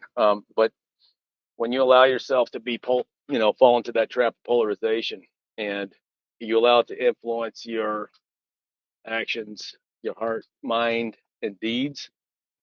Again, going back to that, then you're just a product of the manipulation. So, and just understand that people are even with some of these silly things that we see. It's like, look, they're being manipulated, and so we have to have compassion for those people. And it's not benefiting us when we're just looking down at them, being condescending, being derogatory, and and you can't lead a horse to water. You can lead a horse to water, but you can't make them drink. But at the same time, it's like, that's not everybody's job either. It's like do what you can to. We all have, especially us in this arena, in this sort of area. Just do what you can to. And I'm a human. I've been victim, and I've just recently I'm starting to approach that where it's like I need to be very conscientious of the hearts, minds, and deeds I influence or take part in and influence. So that's very important. Great final words. So I think with yeah. that, So we'll thanks for say putting this together, and thanks for having me. And I Yeah. appreciate it. We'll Brother. circle back and do a couple more. sounds good. Yeah. I Would be an think you're honor, a brother. useful Yeah. regular on our show, I think, because what the work you're doing is really epitomizes the divides, it Yeah. creates the divides we're trying to dissolve. And this is what Derek and I were discussing a couple 2 years ago. It's like if we can just give people, and I was inspired, don't get me wrong, I was inspired by the sort of Rich Grove and talking about Mhm. the trivium and really understanding the grammar of and I just realized that, hey man, if these terms have meanings, we can convey these we can people can understand them, and it's like it's all just like understand. It's the best metaphor is fallacy. Like once you learn that list of fallacy, like there's and there's a million, there's so many different ways to deceive people, but it's all deception. It's just degrees of deception.